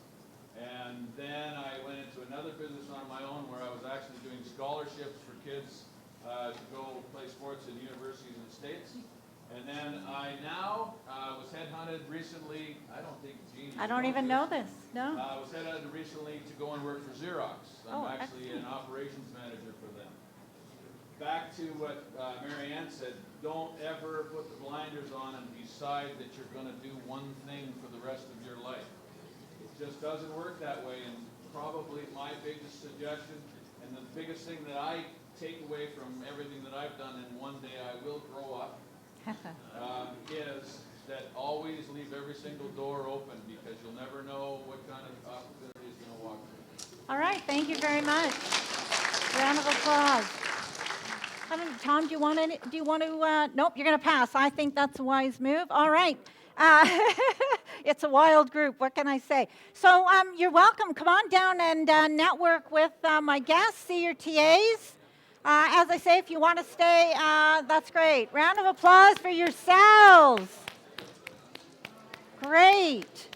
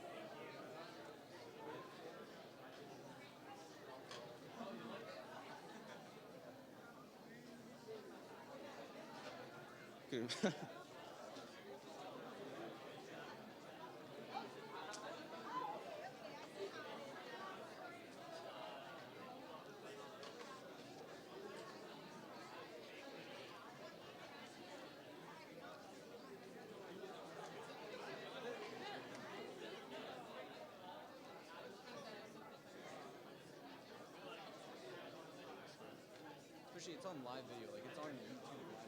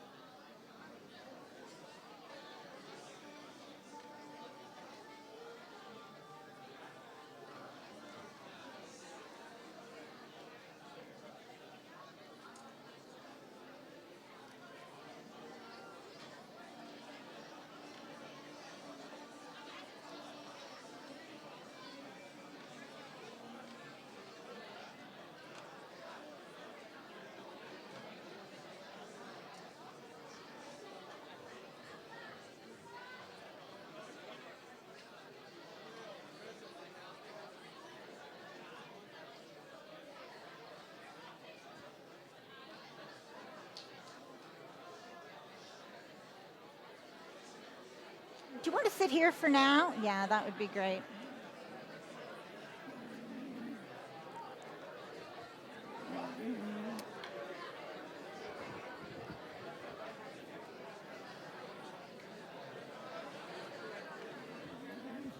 Thanks for coming.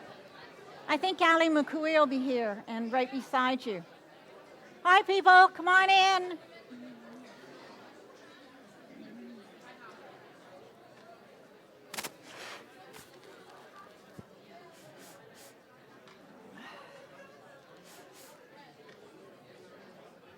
All right.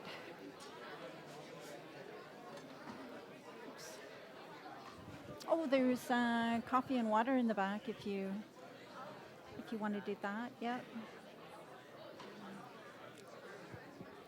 All right. Welcome.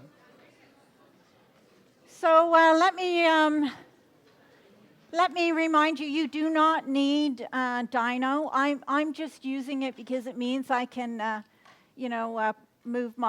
can move around and move my slides at the same time. I don't know, how many of you did you watch on the web and see the, section A? All right, so now you know how the process works, or some of you, hopefully one on every team. So I'm asking the tech person to sit on the aisle, and then the whole team, in with them. Oh, here come the trusty TAs. I know, they watched on the live web, so they have an idea what we're up to here. Hi there. Shh, shh, shh. Hi, Section B. Section B. Just tap your neighbor and remind them. Shh, please. Okay, that's great. So the teams will be sitting on the aisles. You will not know who is going to present until your TA introduces you. As I say, some of you saw the live web, so you know the process. You'll come down. I'm going to ask you to hustle. Look like you're really moving it. You got lots of energy, right? And you're eager to present. Whether you are or not, look like you're eager, right? That's the way to make a good impression. Get your USB key if you're using one here, so you can set it up, or if you have a video, set it up. And then your team members will be around the mic, right, in a semicircle. And whoever is presenting will step up.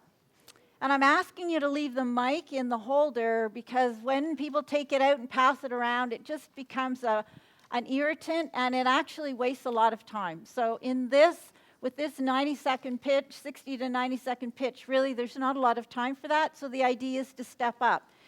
The reason I want you to speak in the mic is so that the live web can pick you up, pick up your voice.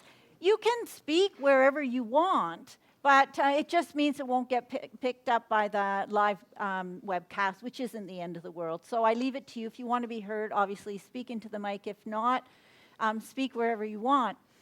So after the people who are presenting are finished presenting, we're going to get some grilling questions.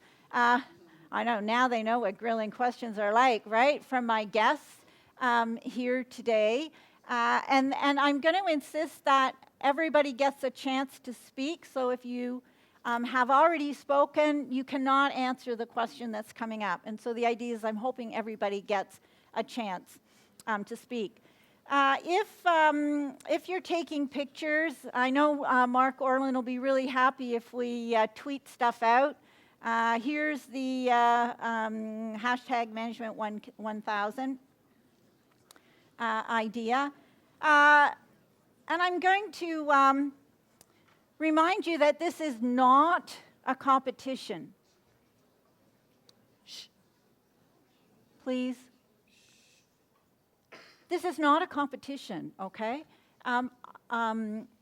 We do not go and pick the best presenters in each group. This is not about the competition. This is about showcasing a range of ideas and a way to showcase the talent across the whole incoming class. So things that are kind of different, interesting approaches. Your TAs will explain how they did it. They might have just done it by random draw. I've always said the quality of the work that you do, I could just stand here and do a random draw of 8 teams and have presentations. But you see, what I want to make sure is that every tutorial is represented. But for your resume, I want you to have something to put on your resume. So for those of you, everybody presented on Sunday, so you can say on your resume that you were involved in a class-wide competition. You competed against 80 other teams, right? And then if you end up being selected, you can say you were a finalist. There'll be runner-ups. I'll be sending emails out to you. If you're a finalist and will vote for these awards, then you can say it was a finalist and we won the Exemplary Teamwork Award. You can put that on your resume, and it shows that you have some experience in competition and that your team was acknowledged, for something specific. So like I say, it's not a competition, but it's a chance to acknowledge what the quality of the work that you're doing. This is what overall we're looking at Best in Class awards. Oh yeah, well, why don't I just introduce you to our guests while I'm at it here. So it's so nice to see that you've totally settled down, unlike the Section A, who were crazy, out of control. They were, and it's not like them. They're usually asleep, right? It's usually my Section B that is wild, but they're very well behaved. They're making a great impression. And I was teasing them that they must have been talking about, I wonder who the VIPs are. I wonder who's going to ask the grilling questions. But you see, the Section B already know because they were on the live webcast, so they came prepared. So Marianne Curran, you know the kind of grilling questions. She comes from a financial background, also knows all kinds of stuff about fashion. She was with Jones, New York. This is where I know her from. I still remember those days. And she's, as you can see, involved in early learning. My colleague, Rita Hanasak, we go back way. And I should see both of these people, Marianne and Rita, are MBA grads from Schulich, right? So they come back. And Rita was one of my students. Yes, I taught MBA. Imagine. They think, yeah, right.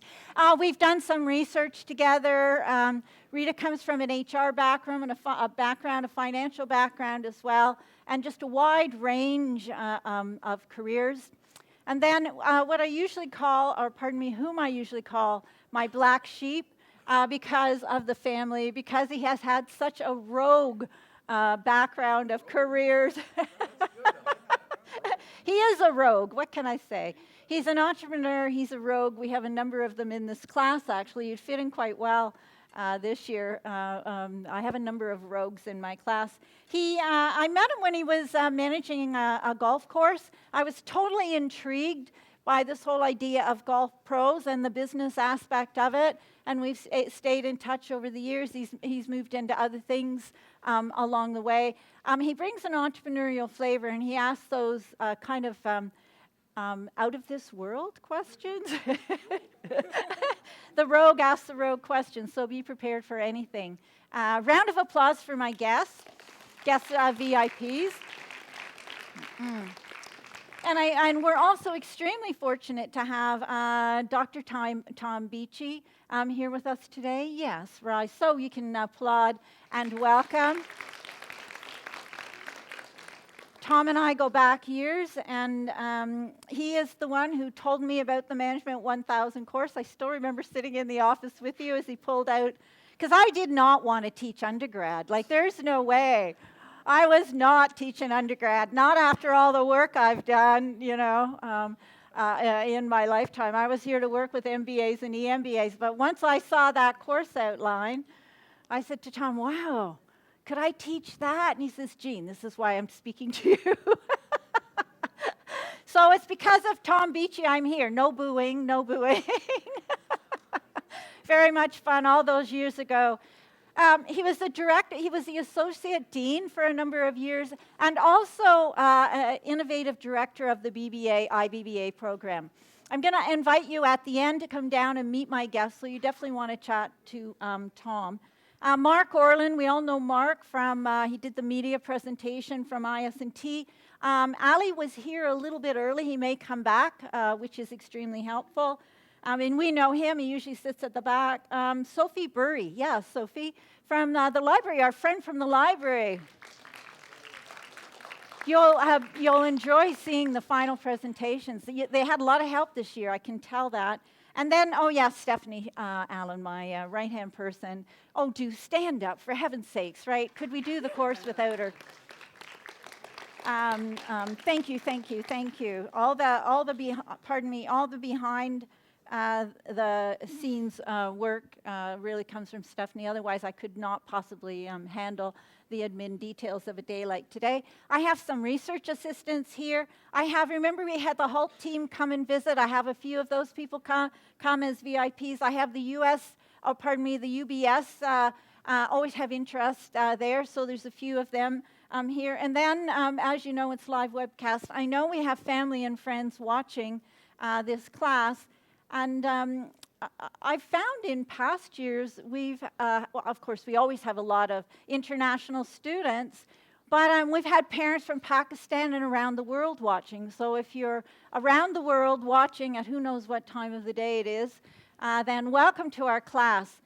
And the reason we do this is it doesn't really matter if you or your team necessarily presents, because really what we're after is showcasing the talent across the program, right? Because what one team does, and as you know, this is random selection to a large degree, is a reflection of the quality of all of the work that gets done. I know I was chatting to the dean one time, and and we were talking about the difference between the MBA and the BBA program, and he was saying, well, recruiters come and recruit MBAs, and they'll have some that are really top-notch, and there's a wide range of abilities and skills and selection. He said, but not in the BBA program.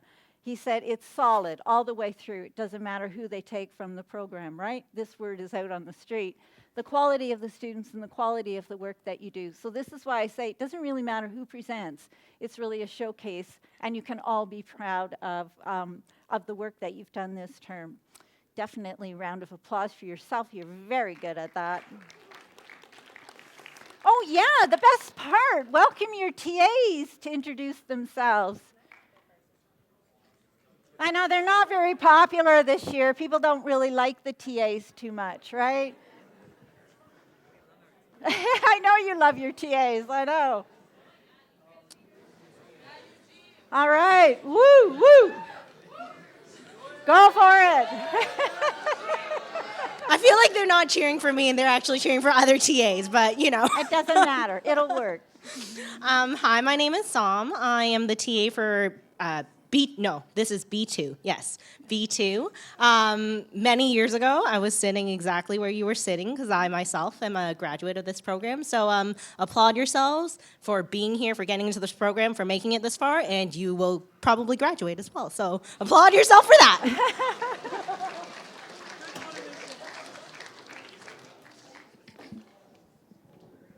Hi everyone, my name is Eugene and I'm PhD candidate.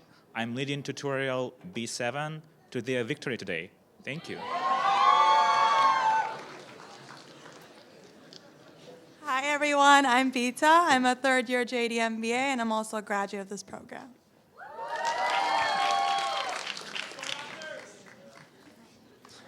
Hi, everybody. My name's Ted. Here we are. Well, we're almost at the end, almost Christmas break, the break of 2 weeks or however long they have, 2 weeks, 3 weeks? They have almost exams. There, though. Not quite. Don't leave until the 20th.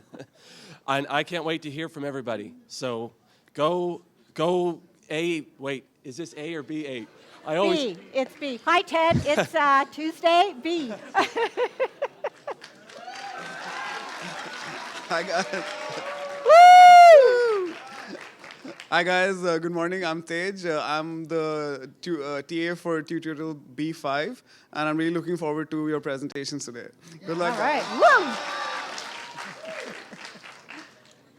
Hi, I'm Claire Deng, fourth year doctoral student in accounting, and I'm proud to be the TA of tutorial A4 and B4. Hope you guys have fun today.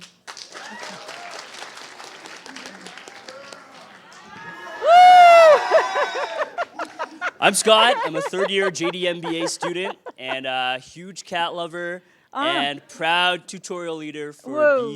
B6. All Yeah, right. that's All right.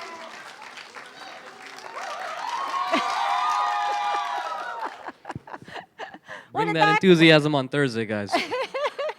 Hi, my name is Shoaib. I'm the TA for Section B1, and I'm looking forward to seeing everyone's presentations today. All right. Okay, great.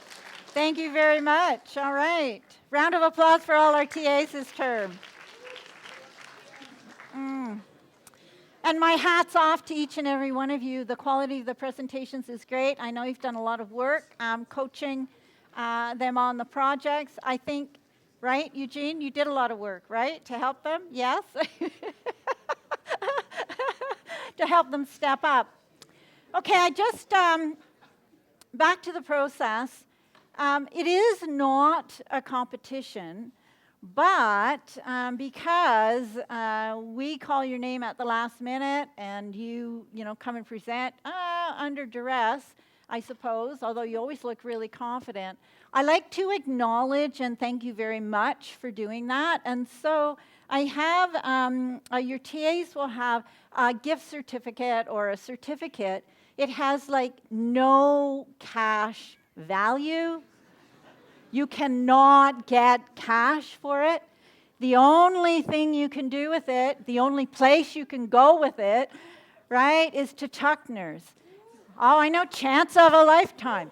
And your whole team, 6 or 7 of you, some of the teams are large, and you can invite your TA. Chance of a lifetime. Woo! So, your team, and if you choose to invite your TA, can have a team lunch, 2 pieces of pizza, and whoa, and and a pop.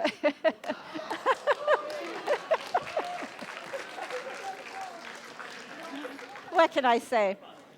Anyway, it's a nice way, I'm teasing you, but it's a nice way to wrap up and say, debrief your team experience. And if you want to invite your TA, please go ahead and do so. I hope that makes it worth the pain and grief. Just to remind you, 60 to 90 seconds to present. I'm going to be the one doing the timing, so I'll keep you moving. And then 3 to 4 minutes of Q&A with our honorable guest experts here. And then, again, I'm the timing, so when the period is over, I'll just ask you to shuffle off the stage. You'll be around here, and then I'm going to ask you to come over here against this wall, and your TA will come and give you the certificate, and then get a team picture. Right, and tweet it out to that Management 1000 hashtag. Your friends can take pictures. I think the TAs are doing it for each other, just so you have a record of what you've done. And while you're doing the picture and stuff over here, the next TA will come down and introduce the group that is coming up next. Yes, and that's it. All the instructions, all the rules. And with that, I'm going to turn it over to, I think, Ted, you're going to, yeah. I'm going to turn it over to Ted to get us started. Please.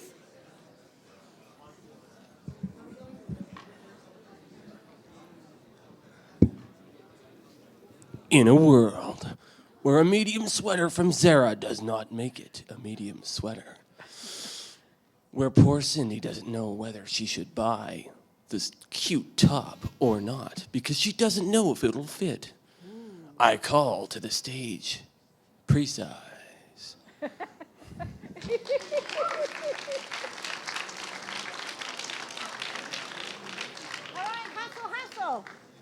Here they come. Where are they? Move, move, move.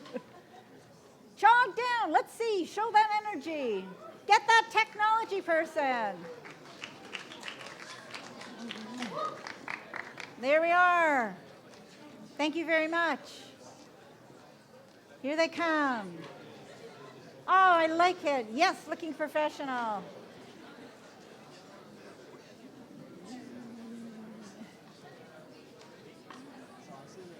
The USB key is underneath that. Oh, good. She's already figured it out. Excellent. Okay, super.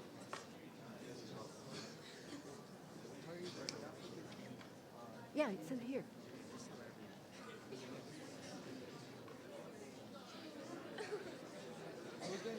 All right, let's go. Who's presenting?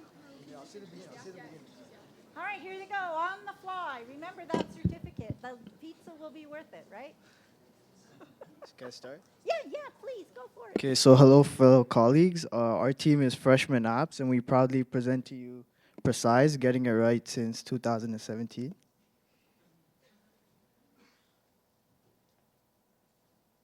So Precise is essentially a 3D imaging app software. So what happens is, as you can see on the screen, our software will make a 3D scan of your body using dot projectors in your camera to then make a small avatar where you can drag clothes onto your avatar and perfectly pick the right size based on your body type and just your overall measurements. So how we'll be using this app to help our regular retail customers would be through the sizing. So not all of us are the same size in every store, as we have established through our market research. So you'll be able to use the app to find the perfect size. And then with our custom retailers, what happens is that instead of the customers sending in their own measurements, they'll use our app to get the information of what their precise measurements are. And then the custom retailers will then make perfect fit for their customers. And as we are a startup company, we chose to partner up with 10 retailers because our target demographic is teens and young adults. So we did market research to find out where they shop the most. So as you can see up there, those are the retailers that we partnered with.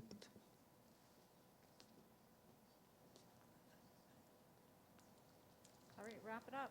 So not only will the app help customers, but also helps retailers in terms of acquiring sales. So for one thing, since there's a reduction in returns because of the fact that customers have a precise fit, there's a reduction in wages meant for returning the clothing. Furthermore, since it's an app and it provides a new mean by which customers can buy clothing, it increases revenue. So before we end off, we'd like to leave you with something to think about, and that is, Are you precise? Whoa. Yeah, woo-hoo.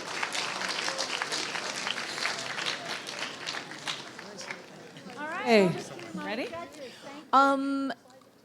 So with regard to the apparel manufacturers, that is the brand owners, have you actually been in touch with them? Because one of their competitive, the pieces of proprietary info is their actual clothing specs. So if you are a size 6, for example, your bust measurement, hip measurement, leg length, whatever, can be very different for a Anne Klein, New York versus Tahari, for example. So have you actually spoken to them about their willingness to provide to you their specifications? Somebody who no, somebody who hasn't spoken yet. Another team member.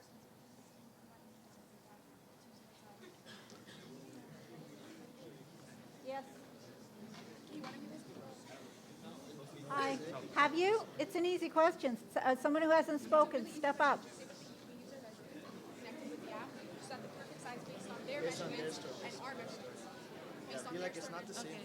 Hi. Question. Yes. Answer. Yeah. Yes. Okay. So we know that because every store, like everyone's different every store. So the point of the app is to get your precise measurements on it, so that it tells you what size you are in one store compared to the other. That's Okay, I understand my question, though. I understand how you capture the consumer's measurements. Okay. How do you load in the brand's specifications so that you can do that matching up? How They're- do you get the specs from the manufacturers? They're all like it would have like say like a yeah like it's part of the software. It's already on there, so it'd be like Zara, for example, a top or a size pants, and then it'd have like X small, small, medium, whatever, and then it would tell you like it would like say like on the bottom or something like you're a small in this specific top, or you're a small in this specific store, or whatever it would be. All right, next question. So is there a charge for an app? And if so, how many times can I use it? Because my size keeps changing as I get older. Whoa. Okay, somebody who hasn't spoken, step up, please. So the app is initially free, but you can only use it twice before you have to pay to use it at different stores. And there are in-app purchases as well, so you can, if you have like the regular app, like the free version, and you want to upgrade to a premium version, you can pay like an extra charge of $1 just to have like your suggestions. So if you want to be suggested like which clothes would fit your body the best. All right, Saved by the Bell. There we go. No, this way, over here. There we go, thank you.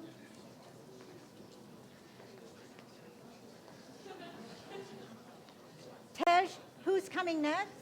Doesn't matter to me. All right, okay, great. I just wanted, I wanted the B8 to go because of the mix-up in the former class. Hi, people.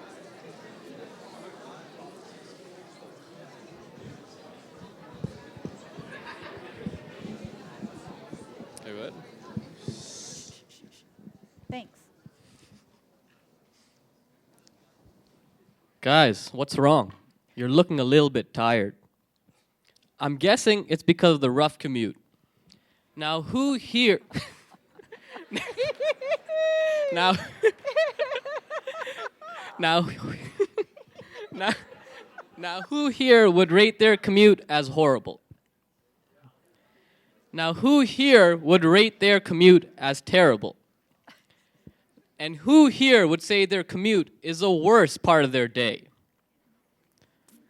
So consensus says that commuting really sucks.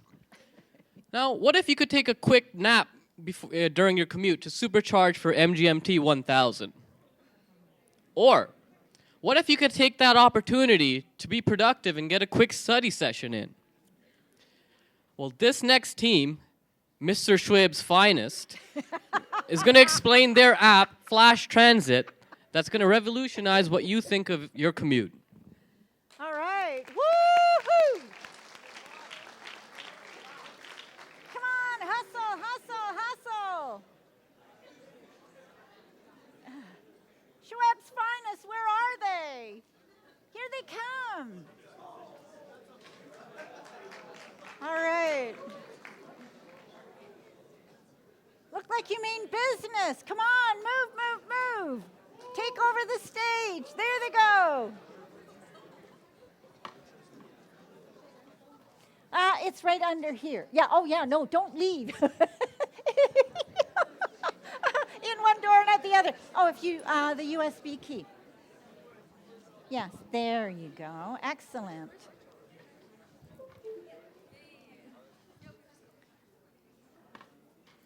All right, here we go. Flash Transit.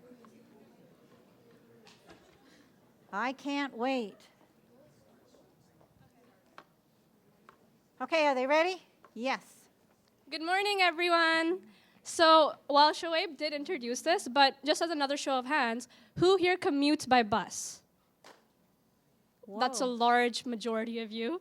Who here absolutely loves it and wishes they could do it all the time? No one?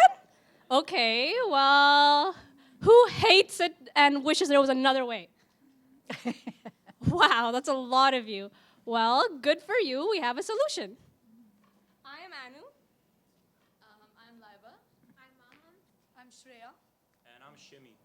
So, just to tell you a little bit about our idea, on a very simple level, it's an upgraded public transportation system, and our buses will have many features that current buses such as TTC, YRT, and Viva do not have.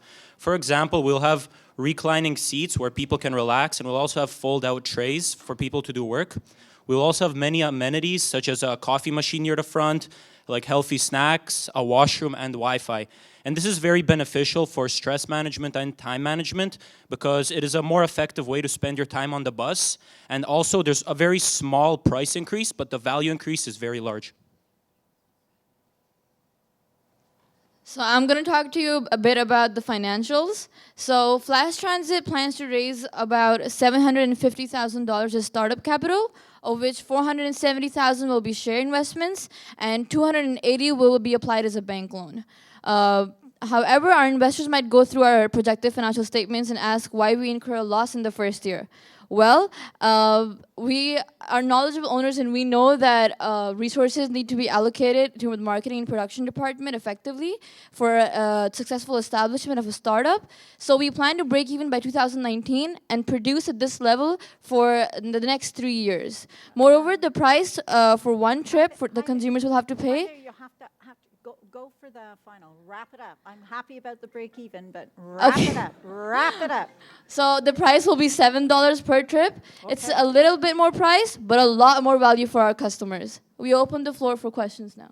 All right. Round of applause. Thank you. Thank you. All right, and they all spoke, so wow, you can go for questions. Okay, nicely done. Sounds interesting. How many buses will you run for? Is it all only for York or for other universities?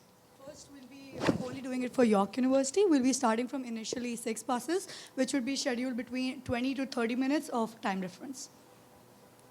Have you looked into sort of the average length of the commute for the folks that for your target group and compared that to if they were to take a regular taxi or an Uber or such to note it sounds like $7 per trip.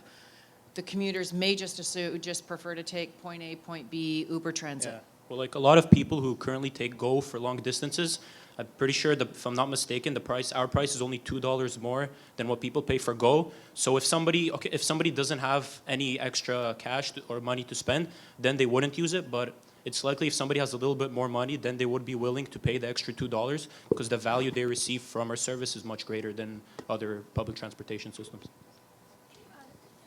Just to add on to that, we did survey everyone, and we saw that there was a large majority of people who commute for more than 90 minutes or more than 60 minutes in comparison to the 30-minute commute or the 15-minute commute. Here we go. Question? Will you be, obviously you're not going to have 1,000 buses to start this, so you'll have to narrow it down to specific routes. So I'm assuming that you're going to be looking at the longer routes to try to shorten them. And if that is the case, which routes in particular are you going to try to go up against the Go buses? Yep, my friend at the end. Yep, my friend at the end. Yep, go Okay, for it. so our buses would probably be running from Mississauga and Brampton. And we would only be stopping at the main stops, not necessarily every street, so usually take the highway. So that way we ensure that the commute's not too long, but long enough that people can use that time effectively with the services that we offer. All right, round of applause. Thank you.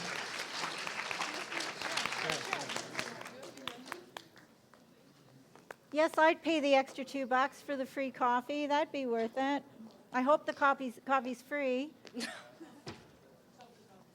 Well, or free.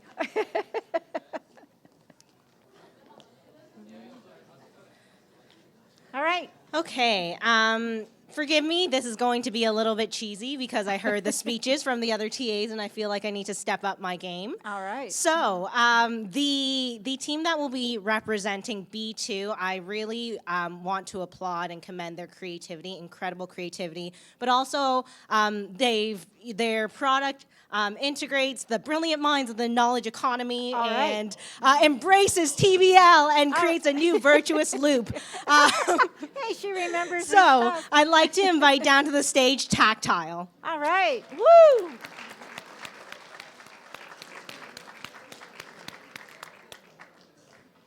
All right, Tactile, let's go. Here they come.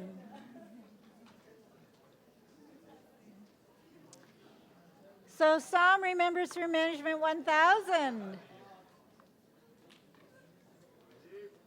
All right, so is there a tech person? No, okay, that's fine. No, no, no problem. It- Okay, let Sam do that, okay? You guys get going.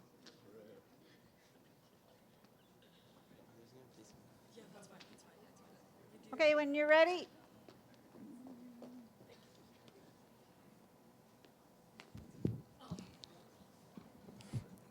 Hello, everyone. As you just saw, I paced a little back and forth, and that might have not been out of the ordinary for any of you in the crowd. And I think that's because we just been trained as a society to think that walking only means going from point A to point B, and there's no other benefits from it. Here at Better Energy, we think that's wrong. And with the invention of the Tactile, we have created a tile that transfers your kinetic energy into usable electricity. This is one of the biggest industries in a developed country, and I think it's a huge innovation in the world. We plan to put the Tactile in households, hospitals, schools, businesses, anywhere where there's a high traffic of walking to create electricity that can be put into outlets and used to charge your phone or laptop. We do this through piezoelectricity. Piezoelectricity is when quartz crystals are put under stress and an electrical current is actually created. 5 watts of energy can be created with each step you take on a Tactile, as the Tactile physically depresses down at an intangible amount and creates usable electricity. So I guess that's it.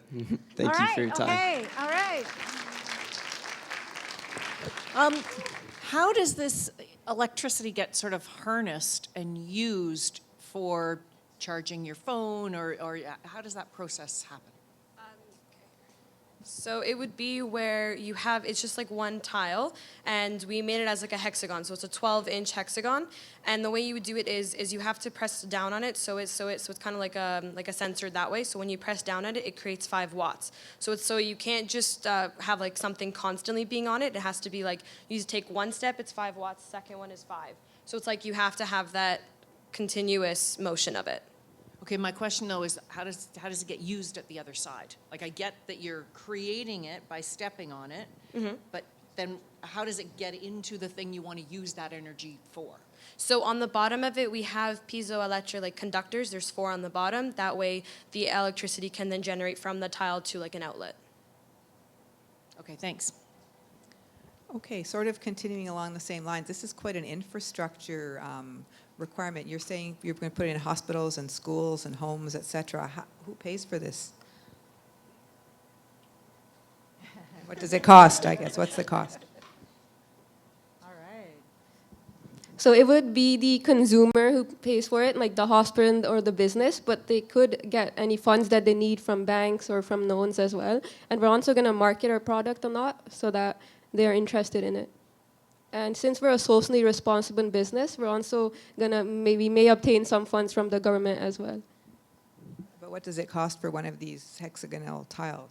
It's $152 per tile. Bargain. Question, Rick? Oh, yeah.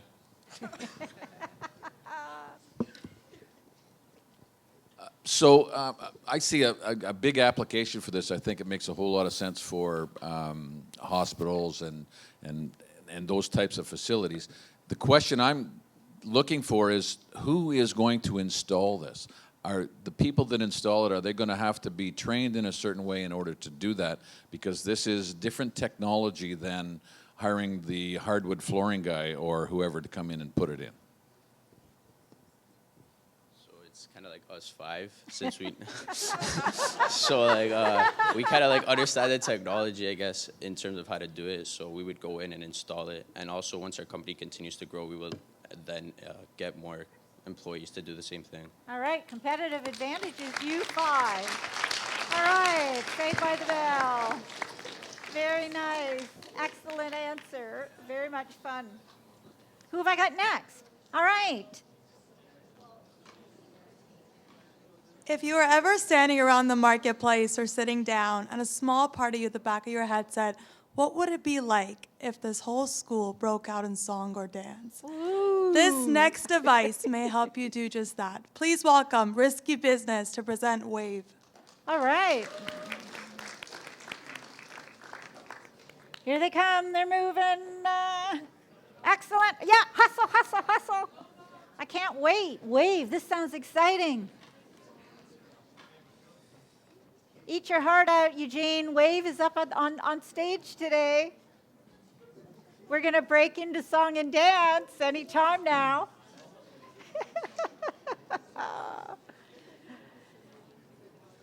I'm just having fun. All right, here they go.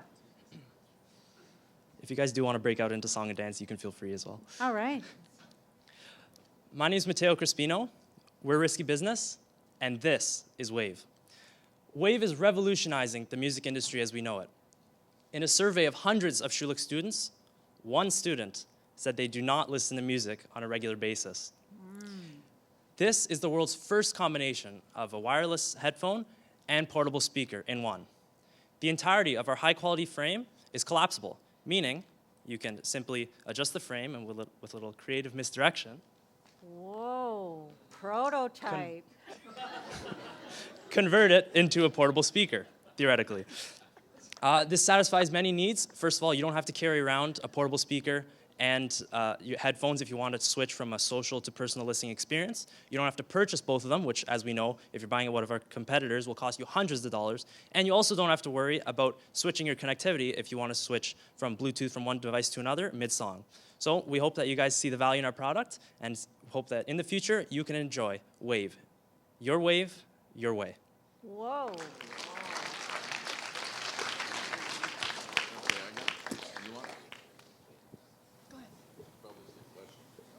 All right.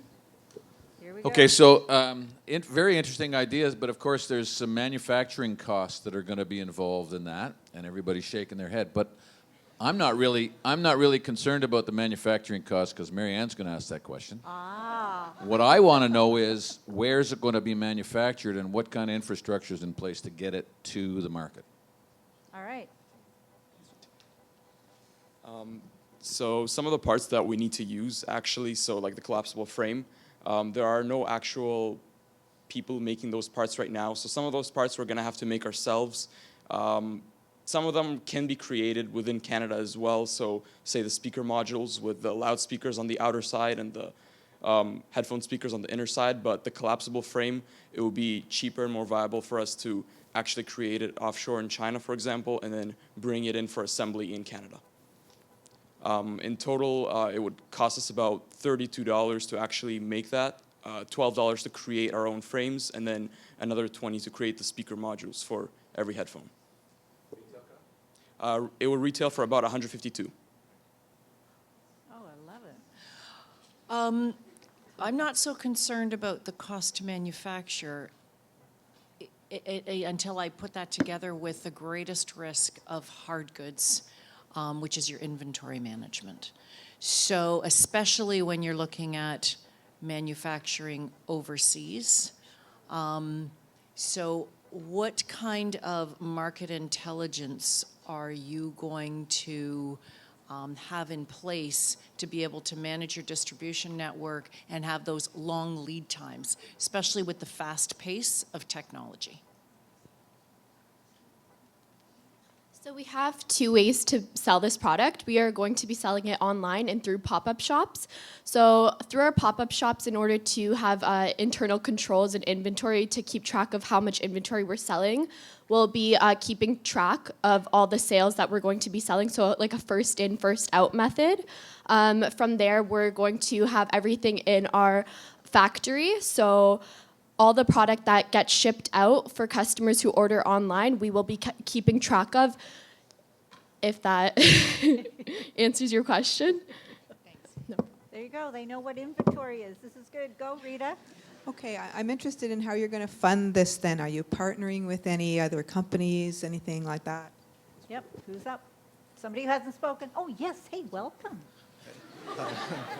First of all the partners, all of us are going to contribute $250,000 through either back loan or our parents. Yes, parents. Yay, parents. I like it. And then also in the future, we're planning to partner up with Spotify because they're an up-and-coming company and they also have large market share. So if we're able to partner with them, we'll be able to more marketing and more exposure. So all right, Saved by the Bell. Excellent. I like it. Very nice. Over, sorry. Yep, over to the side. This is good. So we have real self-starters here this year. Guests, they're going to run their own businesses. They're going to install their own tiles. And they're going to fund $250. This is what $250,000. This is what it means to be a BBA grad, right? All right, over to you, Claire. All right. So, hi, people. If you have food restrictions, Uh-oh. whether it's due to allergic reaction or personal preference or religious practice, and you have trouble finding a place to eat, our Food for You Inc. has a solution for you. Let's welcome Baravi and Markian, Yusuf, Brittany. I don't see Lorenzo here. Uh-oh. But the floor is yours. All right, hustle, hustle.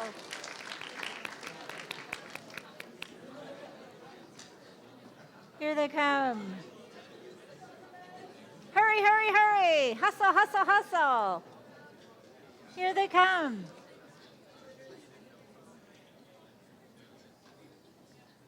Have you got tech? Yes. There's a USB key. Like, just open the little wooden door. Underneath there. Open the door. Open that door, and then you see. I'm sorry? See this right here? There we go. There we are. Great. Thanks, Claire.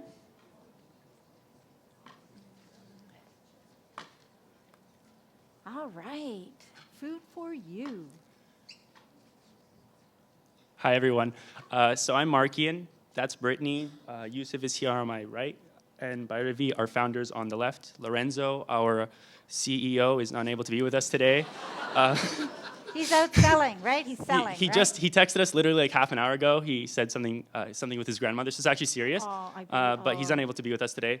But we're here to present to you guys Food for You. So it's basically a dining app that takes into account food and dietary restrictions. So I myself suffer from peanut allergies as well as allergies to soy. So knowing that, or looking for dining restaurants, meal options on dining apps such as Yelp, Good Spoon, or Good Fork, is very difficult because you find the menu or the item on the menu, but it may not conform to what you require because say it's peanut free, but it may include soy.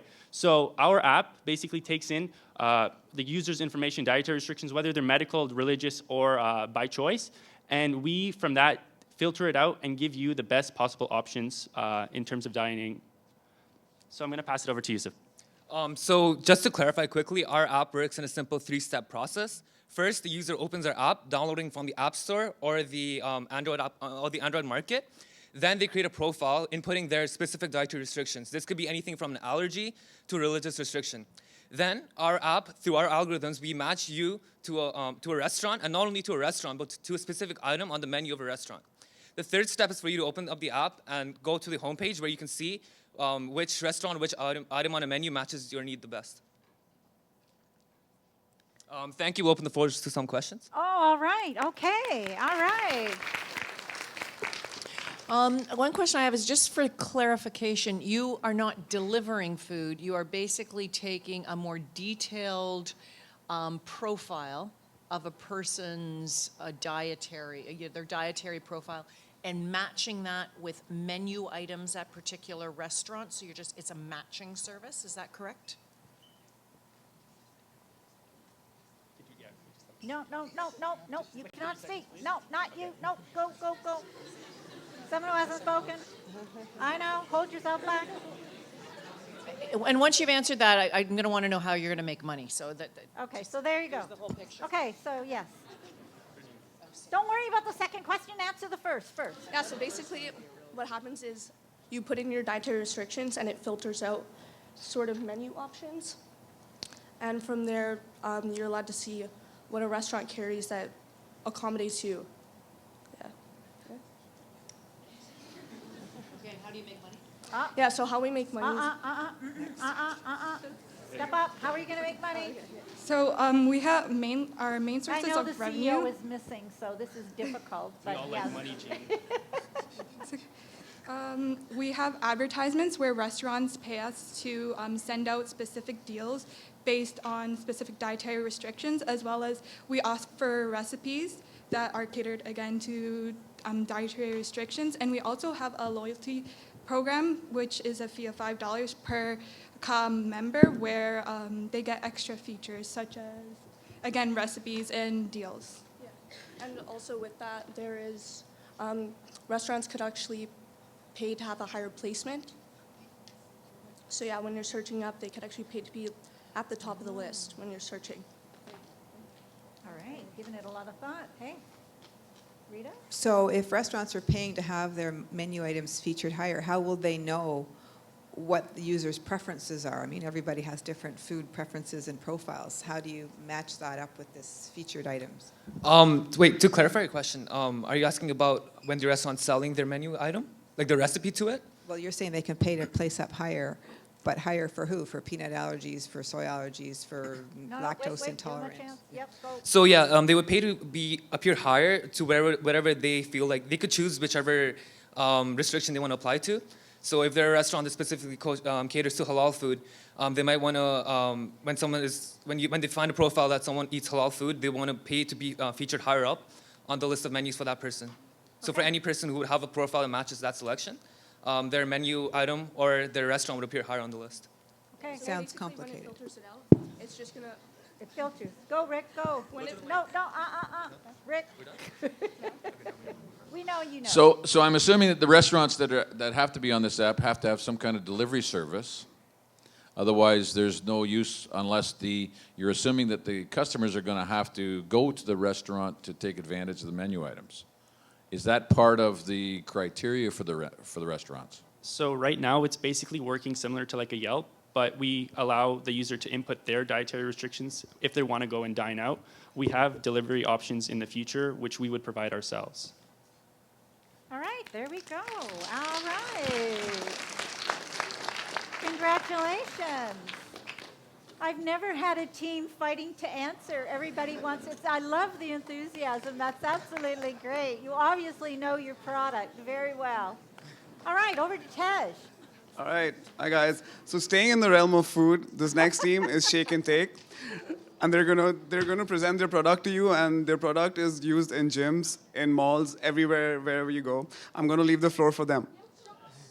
All right, here they come.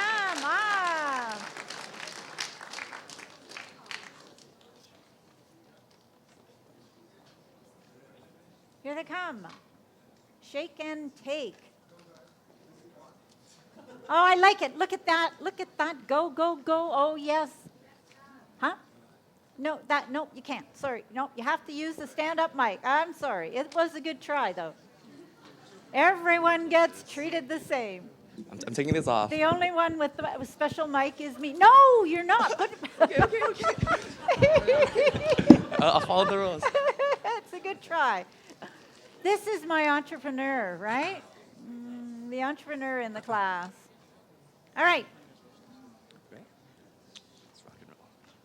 All right. You just finished hitting the gym. Woo. Beads of sweat are dripping down your face and your arms are sore. You're lamenting that tedious task of making a protein shake. Yes. There must be a better way. You think to yourself as you reach into your bag for your protein shake. Uh-oh. Wait, where'd you put that protein shake? You forgot it at home. Oh. And it's gonna be about an hour before you can get that chocolatey goodness into your system. Oh. Your workout has been wasted, and you begin to walk out of the gym with a look of despair draped across your face. You curse the protein gods. There must be another way. The protein gods have answered your prayers. There is. Here at Nutrio Plus, we are eager and excited to introduce Shake and Take, a new take on vending machines, smoothies, and protein shakes.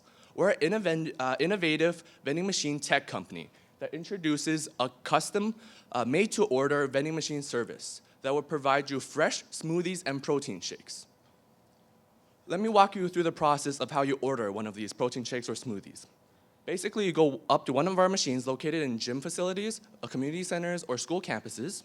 You select protein shake or smoothie, the flavor you want. So we have chocolate, vanilla, berries, bananas, whatever you want. These are freshly stocked ingredients. Next, you choose your size. We have small, medium, large, and you choose either if you're providing your own cup, you want to be environmentally friendly, or you can buy one of our custom cups, which are branded with our logo. After that, the smoothie makes your drink, and it delivers it to you through the compartment where you get your drink, and it's ready to go. At Shake and Take, we're ready when you are. That's okay. And now we open up the floor for any questions. All right, they're ready when we are. There we go. Can you guys hear? Yeah, okay. Yeah. So, excellent presentation, good delivery. Question I would have is, how do you overcome the negative, the stigma associated with the vending machine? Oh.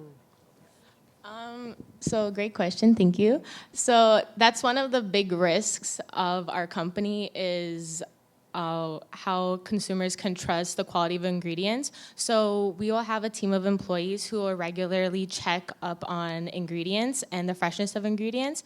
So, and also as we establish ourselves, we will look at consumer trends and see what's more popular in certain locations and then stock more on those ingredients and then also take out the ones that are less popular so we don't like increase waste. And going back to like the stigma of vending machine, we're using like more high-tech technology, so it's not just going to be the regular, you put in cash and then you get like a bag of like 10-year-old chips. So this sounds like a very interesting technology. How are you going to keep the machine operating and dispensing all different flavors and things in this vending machine? Yep. Oh, that's good. There we are. So in different places that the machines are, there's actually different regulations for how they have to be maintained. But how it would basically work is whenever a machine is stocked, the person who is stocking the machine, they would have a chart where they fill out for which ingredients they're stocking and the date that they stocked it. And these charts would be accessible through our entire system. So let's say when, for example, they're stocking the machine with bananas. And let's say bananas have a 4-day freshness date, that would be in our system. So a day that before that, the bananas will lose their freshness, we would be notified, and then we would send an employee to the machine to restock on that certain item. And this would be with all the items in all of our machines to make sure that every machine has their fresh items. Okay. Next question. Rick, go for it. So as a vending machine, vending machines generally will serve processed foods that are already put together. In this particular case, you're talking about serving fresh foods. So all of a sudden we bring in food certifications. What kind of steps have you looked at or things that you have to take for, yes, cleaning it on a regular basis is one thing, but obviously the nasty little guy in the white car is going to show up from the food board to check every one of these machines. Does that come into the equation and the things that you've looked at from a cost standpoint? Hi, my friend. Lucky you. Okay. Shit.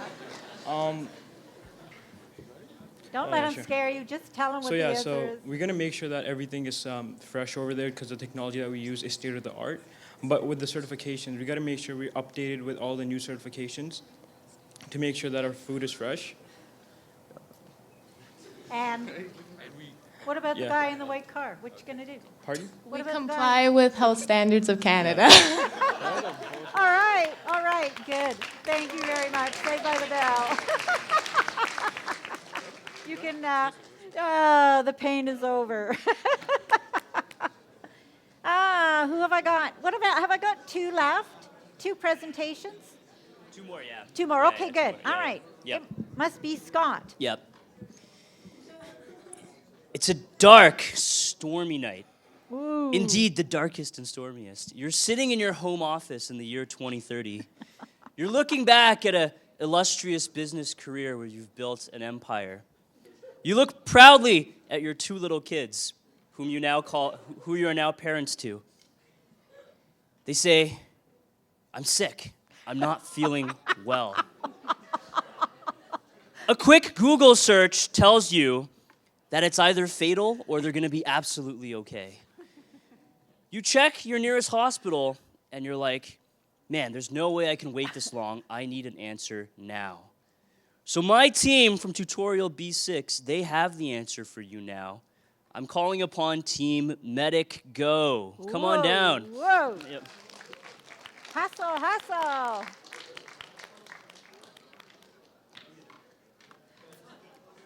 Right in the back row. Hey, the doctor's in the house. Let's go. They're all over. They're coming from everywhere.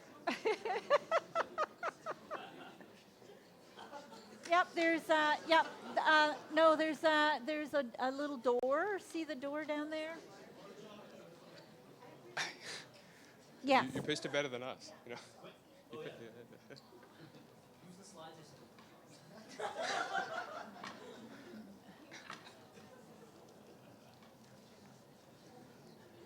They're ready.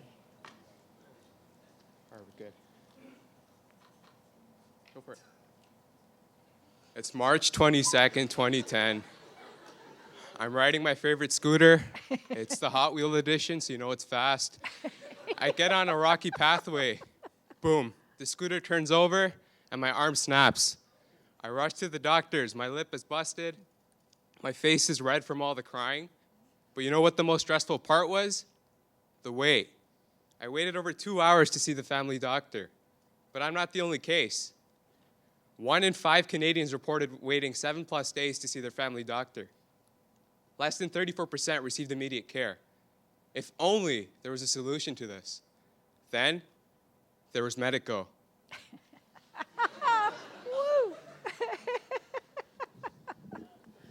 Medico is an application that was created to connect patients to pediatricians through chat and video chat options, as well as being able to book appointments with family doctors and other doctors.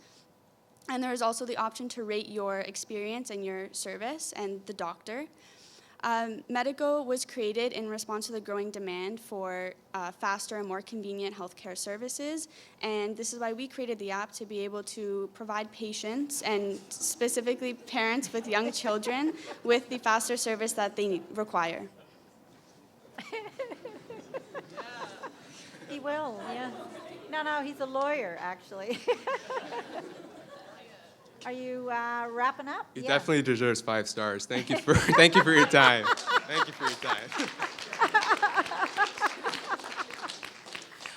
So how does this work within the Ontario medical system? So is there a user pay component in addition to the basic, the fee charts?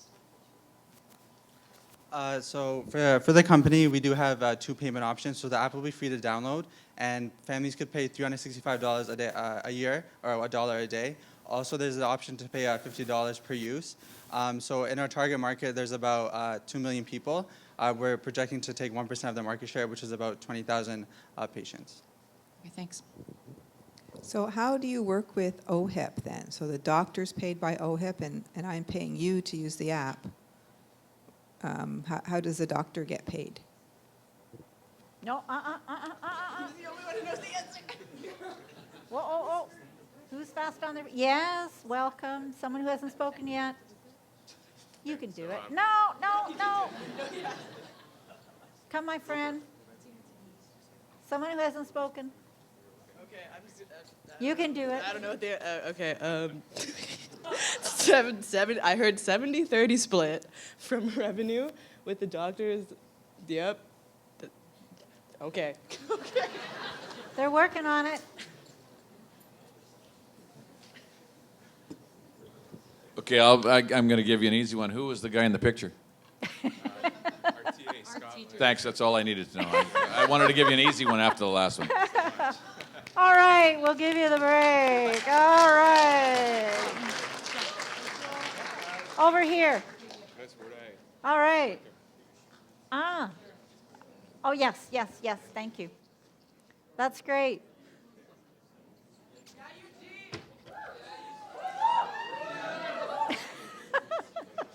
Welcome, Section B. Calm down, it will take a while now. So let me explain you how it normally works. Every year, Professor Adams uses a special kind of heuristic algorithm to choose or select best students in the whole cohort so that they're assigned to my tutorials.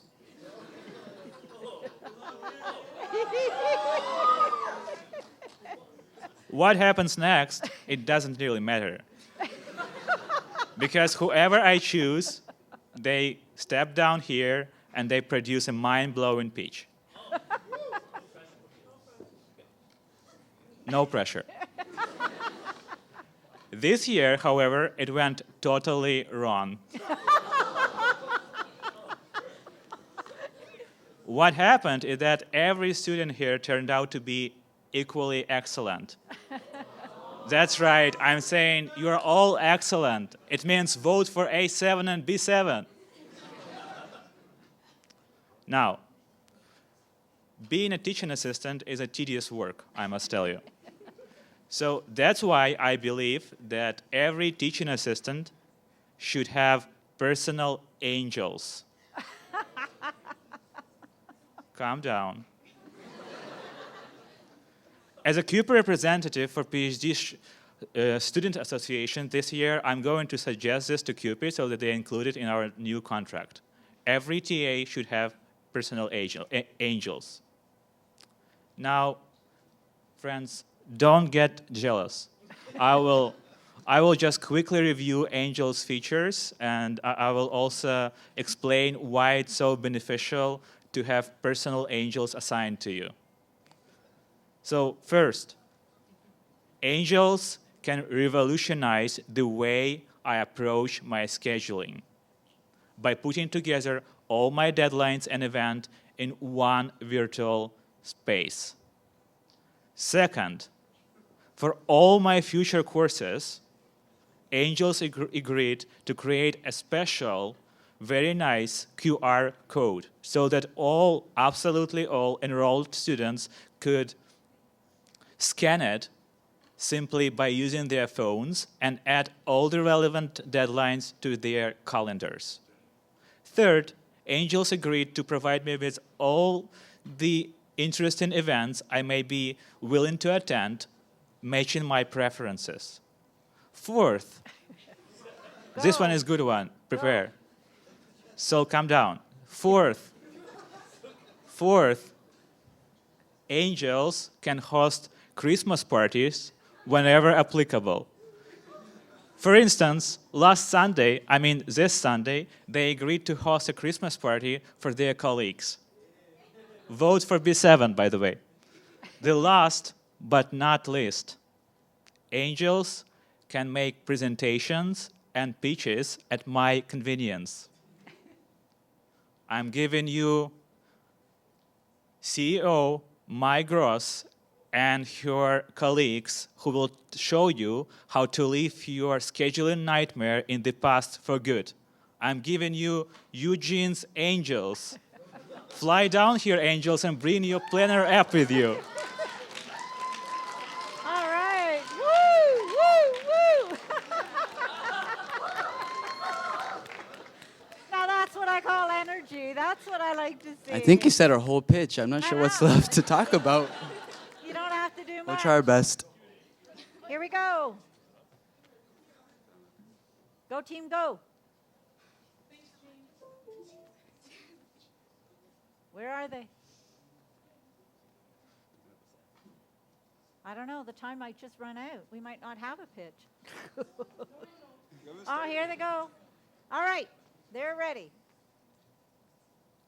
Imagine getting reminders about all important deadlines just when you want them. Imagine having all your plans and events in your hands. Imagine being able to remember all the important deadlines and events in your life. Imagine never missing a deadline. You don't have to imagine anymore. Planner is here, and we're going to put all your deadlines, all your events on your phone, and you can access them super easily.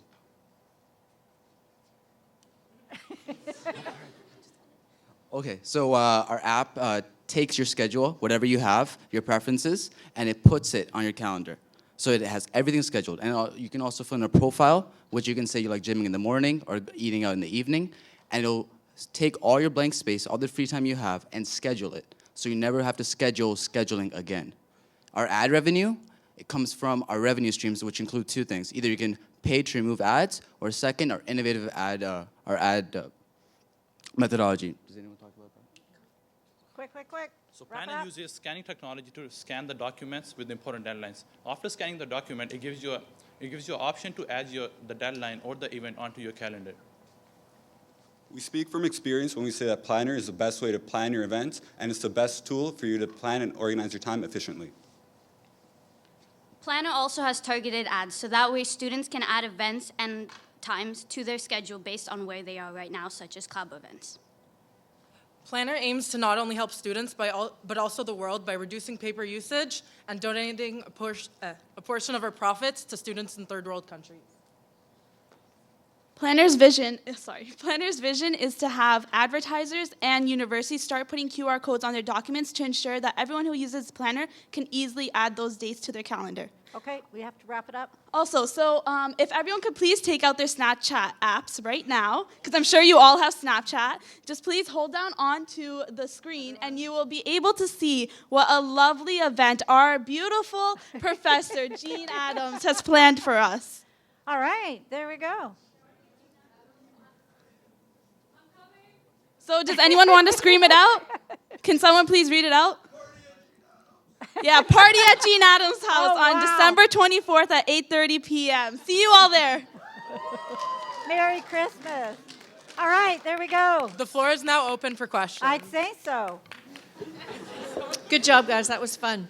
So, how is this different, though, than technology that's already being used in schools to help students? I've seen a couple of them now come through my own home. The schools are using them already with scheduling of the work that's got to be done by when, and it's got the homework assigned, and then my kids layer in there their sporting events and blah, blah, blah. How is this different? So our app is different because we have QR codes. So we're going to be working with universities to add QR codes to each course. So basically in the beginning of the year, the TAs or the professors are going to write down all the deadlines, and then they're going to send it to us. We're going to make a QR code for them. And then in the beginning of the year, the students are going to scan that QR code. The deadlines are going to automatically be added into their calendar with reminders as well. And we also have reading recognition technology. So if you have like an event for, like a poster for an event, you could scan it. It's going to find a date. It's going to be Netta presentations, would you like to attend? Okay, so your QR code is your competitive advantage. That's what differentiates you from everybody else. Exactly, and that's how we're going to be able to connect with universities and professors. So, neat idea. I have a question, though. What if something changes? In this world, nothing is ever static. So how do you accommodate for that?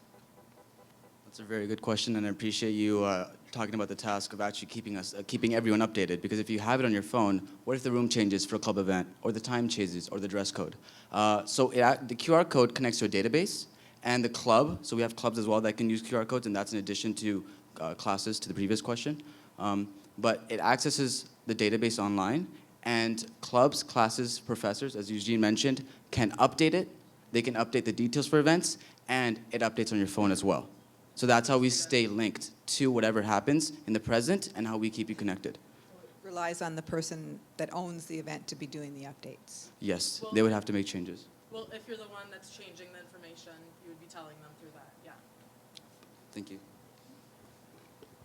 So my schedule on my phone has millions and millions of conflicts on a regular basis because I get information from one place, I add something personal from another place. And how will this deal with conflicts? The great thing about Planner is that you can set up a profile at the beginning right when you download it, so you can start putting in things such as if you like to work out, if you're a night owl or a morning bird, and with that, it also takes in your personality, so we'll also be asking... Okay. Thank you. Round of applause. Well done. Hooray, Saved by the Bell. Excellent. All right. Okay, great. Hey, hooray, we did it. I can't believe it. Wow. I'm blown away. Quality of the presentations were great. Just to remind you, I did open up the link that goes to the voting on Moodle. So if you happen to have Moodle, you can go there. I am going to send you the voting by email immediately. I just have to figure it out on my tablet. In the meantime, I'd like you to get to know my guests, the grillers, as our guest experts who really made this a lot of fun. I'm going to ask them just to introduce themselves, and then I'm going to invite you all to come on down and network, get to meet the people who have come. Round of applause first for absolutely everybody.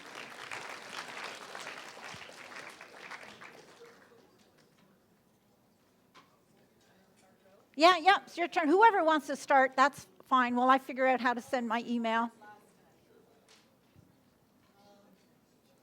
Yeah, because these people weren't here last time. Okay. For those of you that were here the last time and stuck around, I apologize for repeating myself. I don't have anything unique or crazy to add. My name is Marianne Curran. Currently, I work with a company called Bright Path Early Learning. Until this past summer, we were one of only two publicly traded early childhood education and care companies in North America. There were 3 in the world, actually. Now there are 2 in the world and only 1 in North America because we were taken private by the Ontario Teachers' Pension Plan, which is one of the largest private equity companies in the world. Not a fun process to go through if you're ever so blessed to go through it. Or anticipate going through it, just run for cover. It's a very, very difficult process. Prior to being with Bright Path, I was with a company called Jones Apparel Group. I ran their Canadian division and distributed both through wholesale and retail brands such as Jones New York, Anne Klein New York, Nine West, all I'm sure familiar to many of you. And as I told the last group, I figure I get a lot out of doing these kind of sessions. The presentations are incredible, so I try to just find one little thing to leave with you. And I would say in my career, I've learned a lot. You hear a lot about mentors and which are, it's all good stuff, but I would say my little thing I would leave you with today is when you look at it as an opportunity as you proceed through your career, broaden your perspective a little bit. When I was looking at the opportunity to run an early childhood education company, what I saw in it was a retail opportunity. And as I spoke to the board of directors about taking on the CEO role for that company, it was the fact that I could position this as an opportunity to run this business as a retail business, to grow it like a retail business. It's been extremely, extremely successful in doing that. But again, I don't think I would have gotten the opportunity to run it if I wasn't able to kind of broaden my perspective on it and position it as something perhaps a little different than they had been thinking. So with that, I will just say to all of you that presented today, I was really, really impressed. The most impressive thing I felt was that you were able to take a ton of work, I'm sure. I'm sure that what you shared with us was the tip of the tip of the tip of the iceberg, and you boiled down a whole lot of work into like a 90-second pitch. So congratulations, that's a skill you're gonna need to use as you move forward, and I thought you did an incredible job.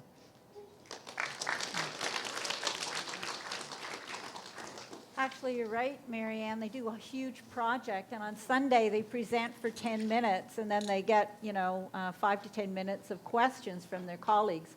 And they do not prepare a 90-second pitch, although some of them, obviously did think about it, because they didn't know who would be presenting today. So I'm always impressed. It's pretty much off the cuff.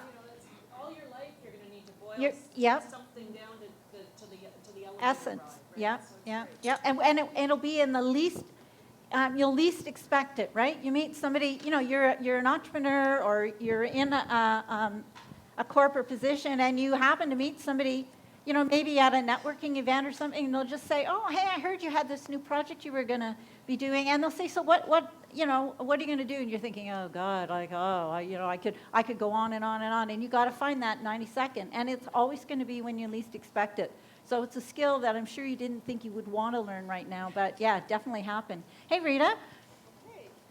Alrighty, I'm just going to stay right here. Thank you, Jean. I'm just going to express my thanks to Jean for continuing to invite me back year after year to see these amazing presentations that you all managed to pull together. I'm sure it's a ton of work. So my background is BCom from U of T many, many, many years ago. And then crazily, I decided to go back to school. So don't stop learning, go back to school or keep going to school. And then I managed to take my MBA with Jean as one of my profs. I've worked in my best profs.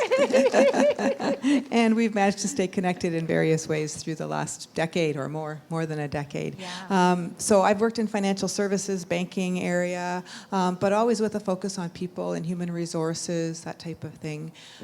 My career has changed over the years. I went to school thinking I'd be an accountant. Maybe some of you that want to be accountants. You may find you have other interests and things will change over the years. So I think what these presentations and being able to think on your feet and grow and change, that it does so much for you for the future. So congratulations to everybody. I'm constantly amazed by the quality of the students here. So Yes. awesome. Absolutely.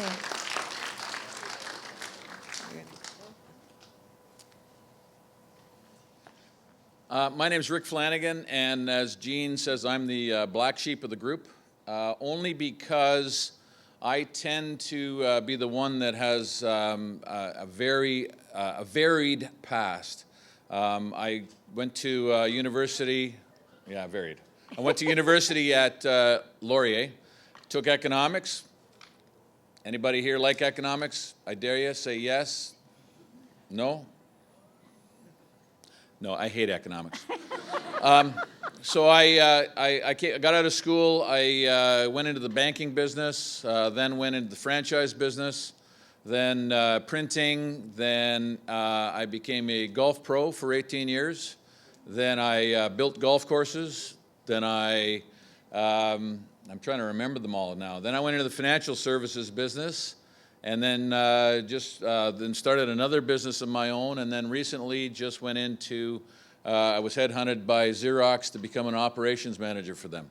So I've got everything all over the place, and what my only message to everyone is, make sure you leave every door open. Don't pigeonhole yourself to doing one thing, because you'll be absolutely amazed at some of the things that come up. Marianne is a prime example, recently coming out of the clothing business and all of a sudden in early childhood education, because she takes the retail experience and applies it to something else. And that would be my only message to everybody is look at what you do today, but use it as a stepping stone to what you do later. The message here that I see, 9 years now I've been watching these presentations, and every single year I walk away absolutely amazed. I walk out of here with ideas, trying to come up with new things, and it's absolutely remarkable what happens in these classes, and you should all be very much commended for what you do. Thank you. All right, very nice. Sophie, you want to make a few, Tom, hey, great, yeah, super. I'd like that.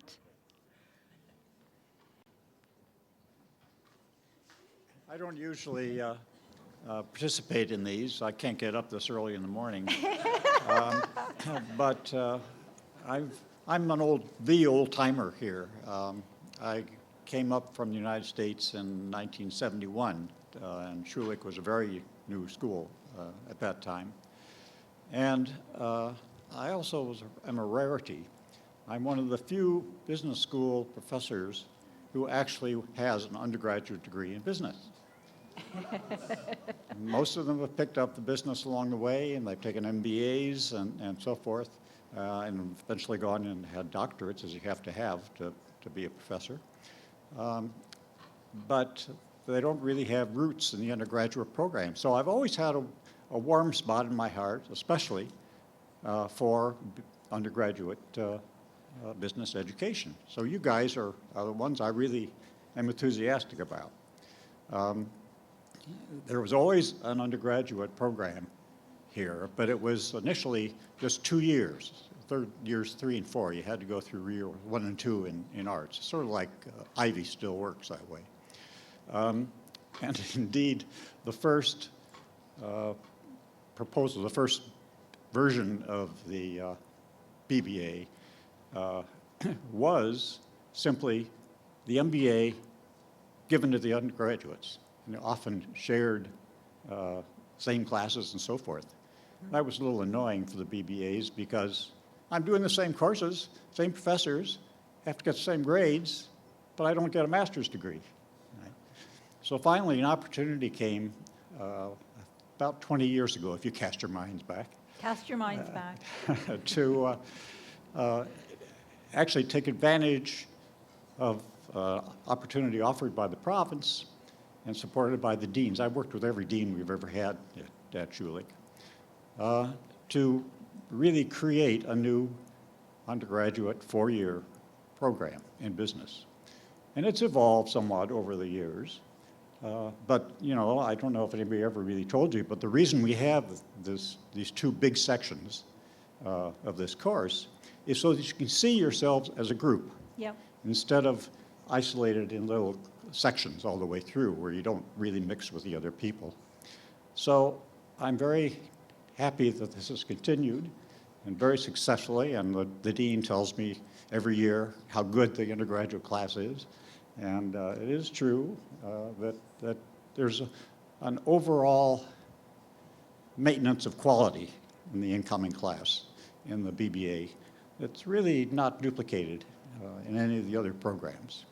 So I think you should consider yourselves fortunate because you have the ability to be able to survive this really quite demanding program. And I have no doubt that this is the best in the country, and one of the best, actually. And I've taught in 3 U.S. universities. I think this is an absolutely outstanding program, an outstanding group of students, and you will go far. I have one little anecdote. All right. There was I don't know if you've heard of Consolidated Software, a Canadian company that actually buys up smaller software companies. And the CEO called Rob in the Career Services Center and said, I need somebody as an advisor. Who are you going to send me? And he was expecting an MBA or something like that. And he says, oh, I've got just the person, send. It was actually a Chinese immigrant in the BBA program that went off. And about 2 weeks later, the guy calls back Rob and says, he's absolutely super. Do you have any more like that? Yeah, and yes, we do more. have lots more like that. Absolutely. So, thank you for the presentations. I enjoyed them. They're interesting. They're always interesting. So thank you, have Tom. a good life. Thank you, Tom. Thank you, Tom. Thank you, Tom, for setting us up for success. Tom, these are the 2021s. We're influence the next decade. So with that, yeah, come on down and meet. I don't know if you want to say something, Sophie. Nope, we're okay. Sophie's here. If you want to meet my guests, come on down. Very nice.